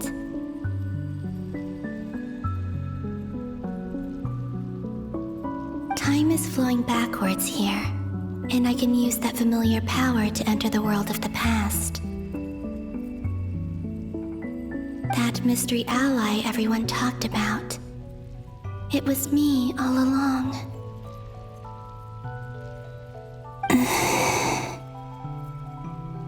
I can sense that there isn't much more power remaining up ahead. What lies at the end of all of this? Will time keep flowing into the past?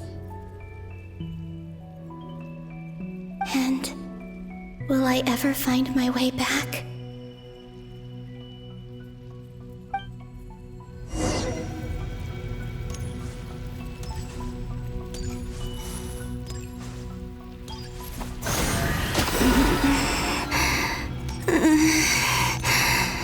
It's getting harder and harder to use my power.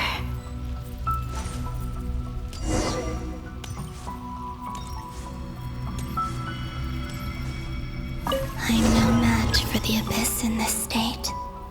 I need to avoid the contaminated fragments.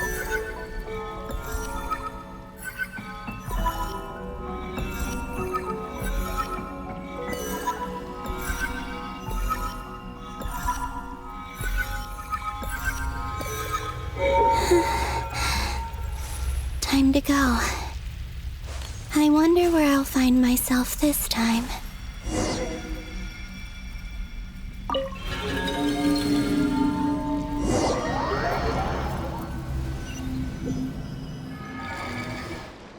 The Final Night Cemetery. This is where Flint's is based.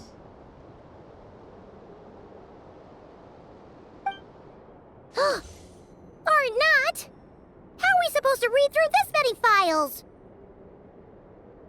Difficult, yes, but it is also our most efficient option. Seems like they're searching for information. Oh, I remember. Flint's and Varga talked about some files on the Wild Hunt. Was this my doing too?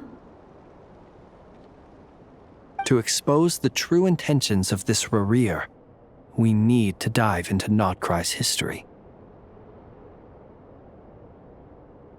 Are my actions changing the past? Or are they simply completing a process?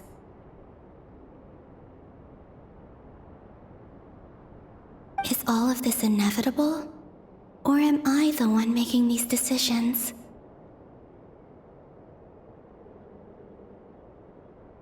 If I choose not to help them now, will it change how things turn out? Hope we don't land on our heads then. They're my friends. I can't not help them.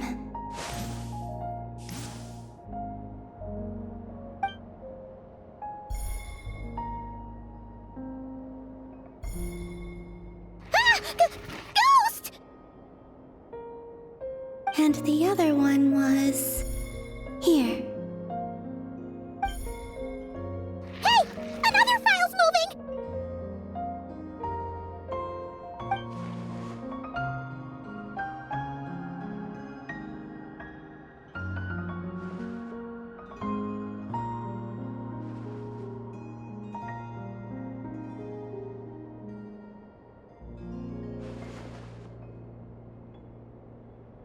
That should do it.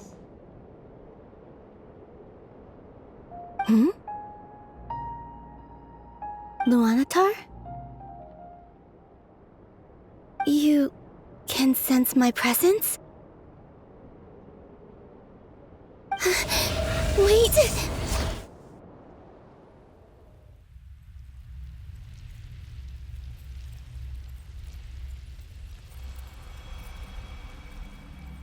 Luanatar. So she's that familiar presence I've been sensing all along. She's always been by the Traveler's side, That explains why the Traveler has been there each time I've entered the past. But why Luanatar? Is it because she has a connection to me as the Moon Goddess's familiar? If so, why not any other Kuhenki? That's...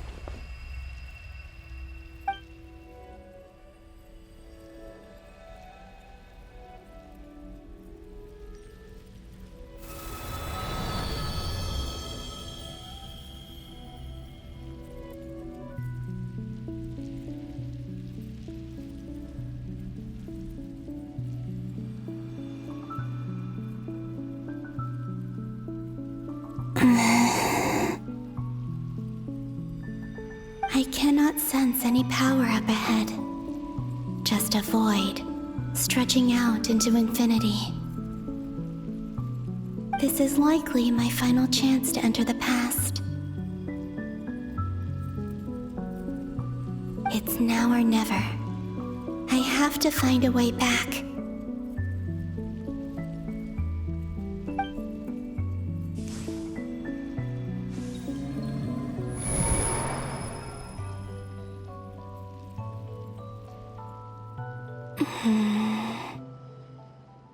Easy Island? How far back in time is this?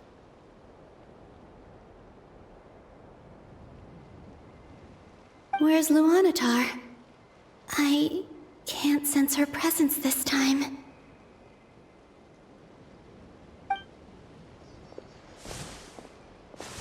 Oh, seeing Anafa and Aino reunited like that sure was heartwarming.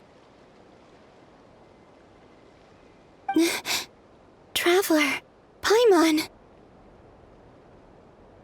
No, stay calm. I don't have much power left to change things.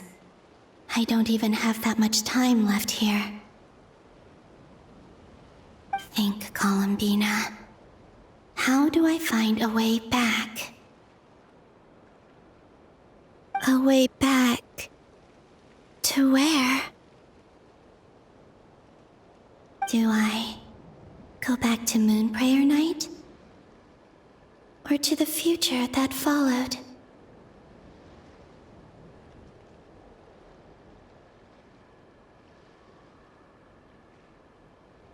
And if I return in my current state, what will become of me then?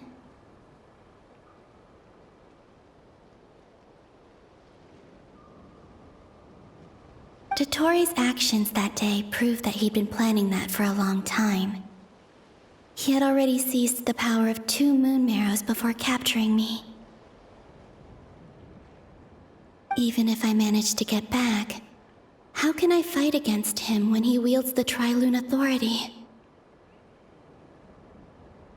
I can't. If I go back like this, I'll be playing right into his hands. I have to find some way of rivaling the power he has usurped.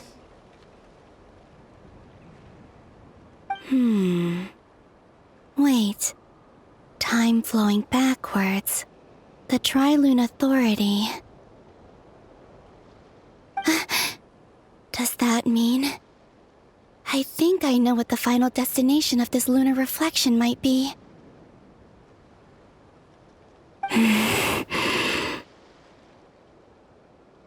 I know what I must do. Speaking of homes, we must already be close to where the Frost Moon Scions live. The vibe here feels different, just like the scenery. But how do I communicate my plan to my friends? Should I write it down here? No, someone else will see it. I need something with a close connection to me. Something I can use as a medium to tell them what's happened to me in here.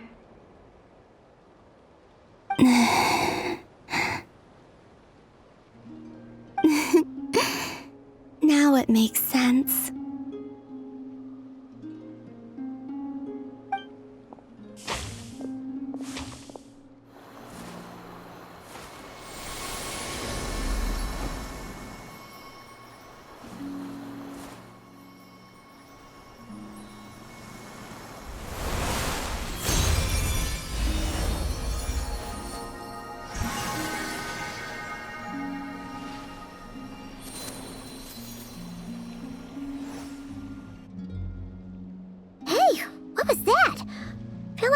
some sort of breeze blew by, and then the petals suddenly turned into... Huh?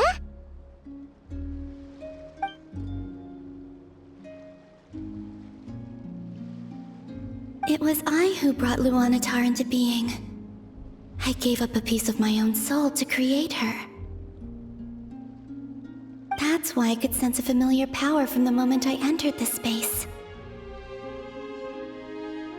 It also explains why she's been present in every past location that I've entered. Because we have a deep connection.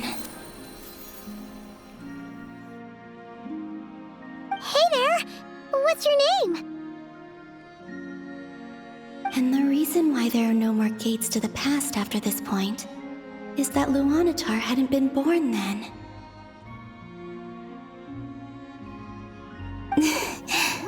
No wonder I sensed the trace of a blessing when we first met, but I still didn't recognize the soul hidden within you. Back then, I was just a little lost dove. I had yet to become Columbina Hyposelenia. Go on. Go on now. We've got stuff to do. Best you find someone else to hang out with.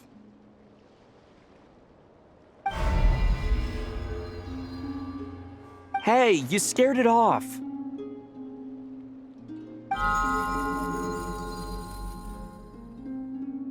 I'll be counting on you.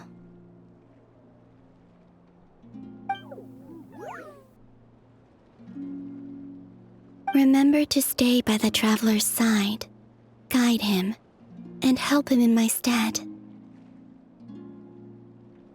Oh, and bring him to the garden where the moon prayer blossoms grow. There's a little lost dove there who will need his help.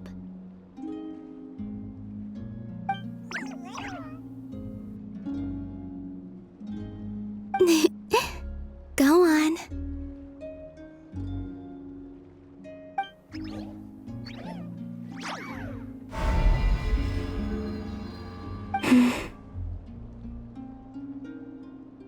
You too. Go and live your story. As for mine must go in a different direction.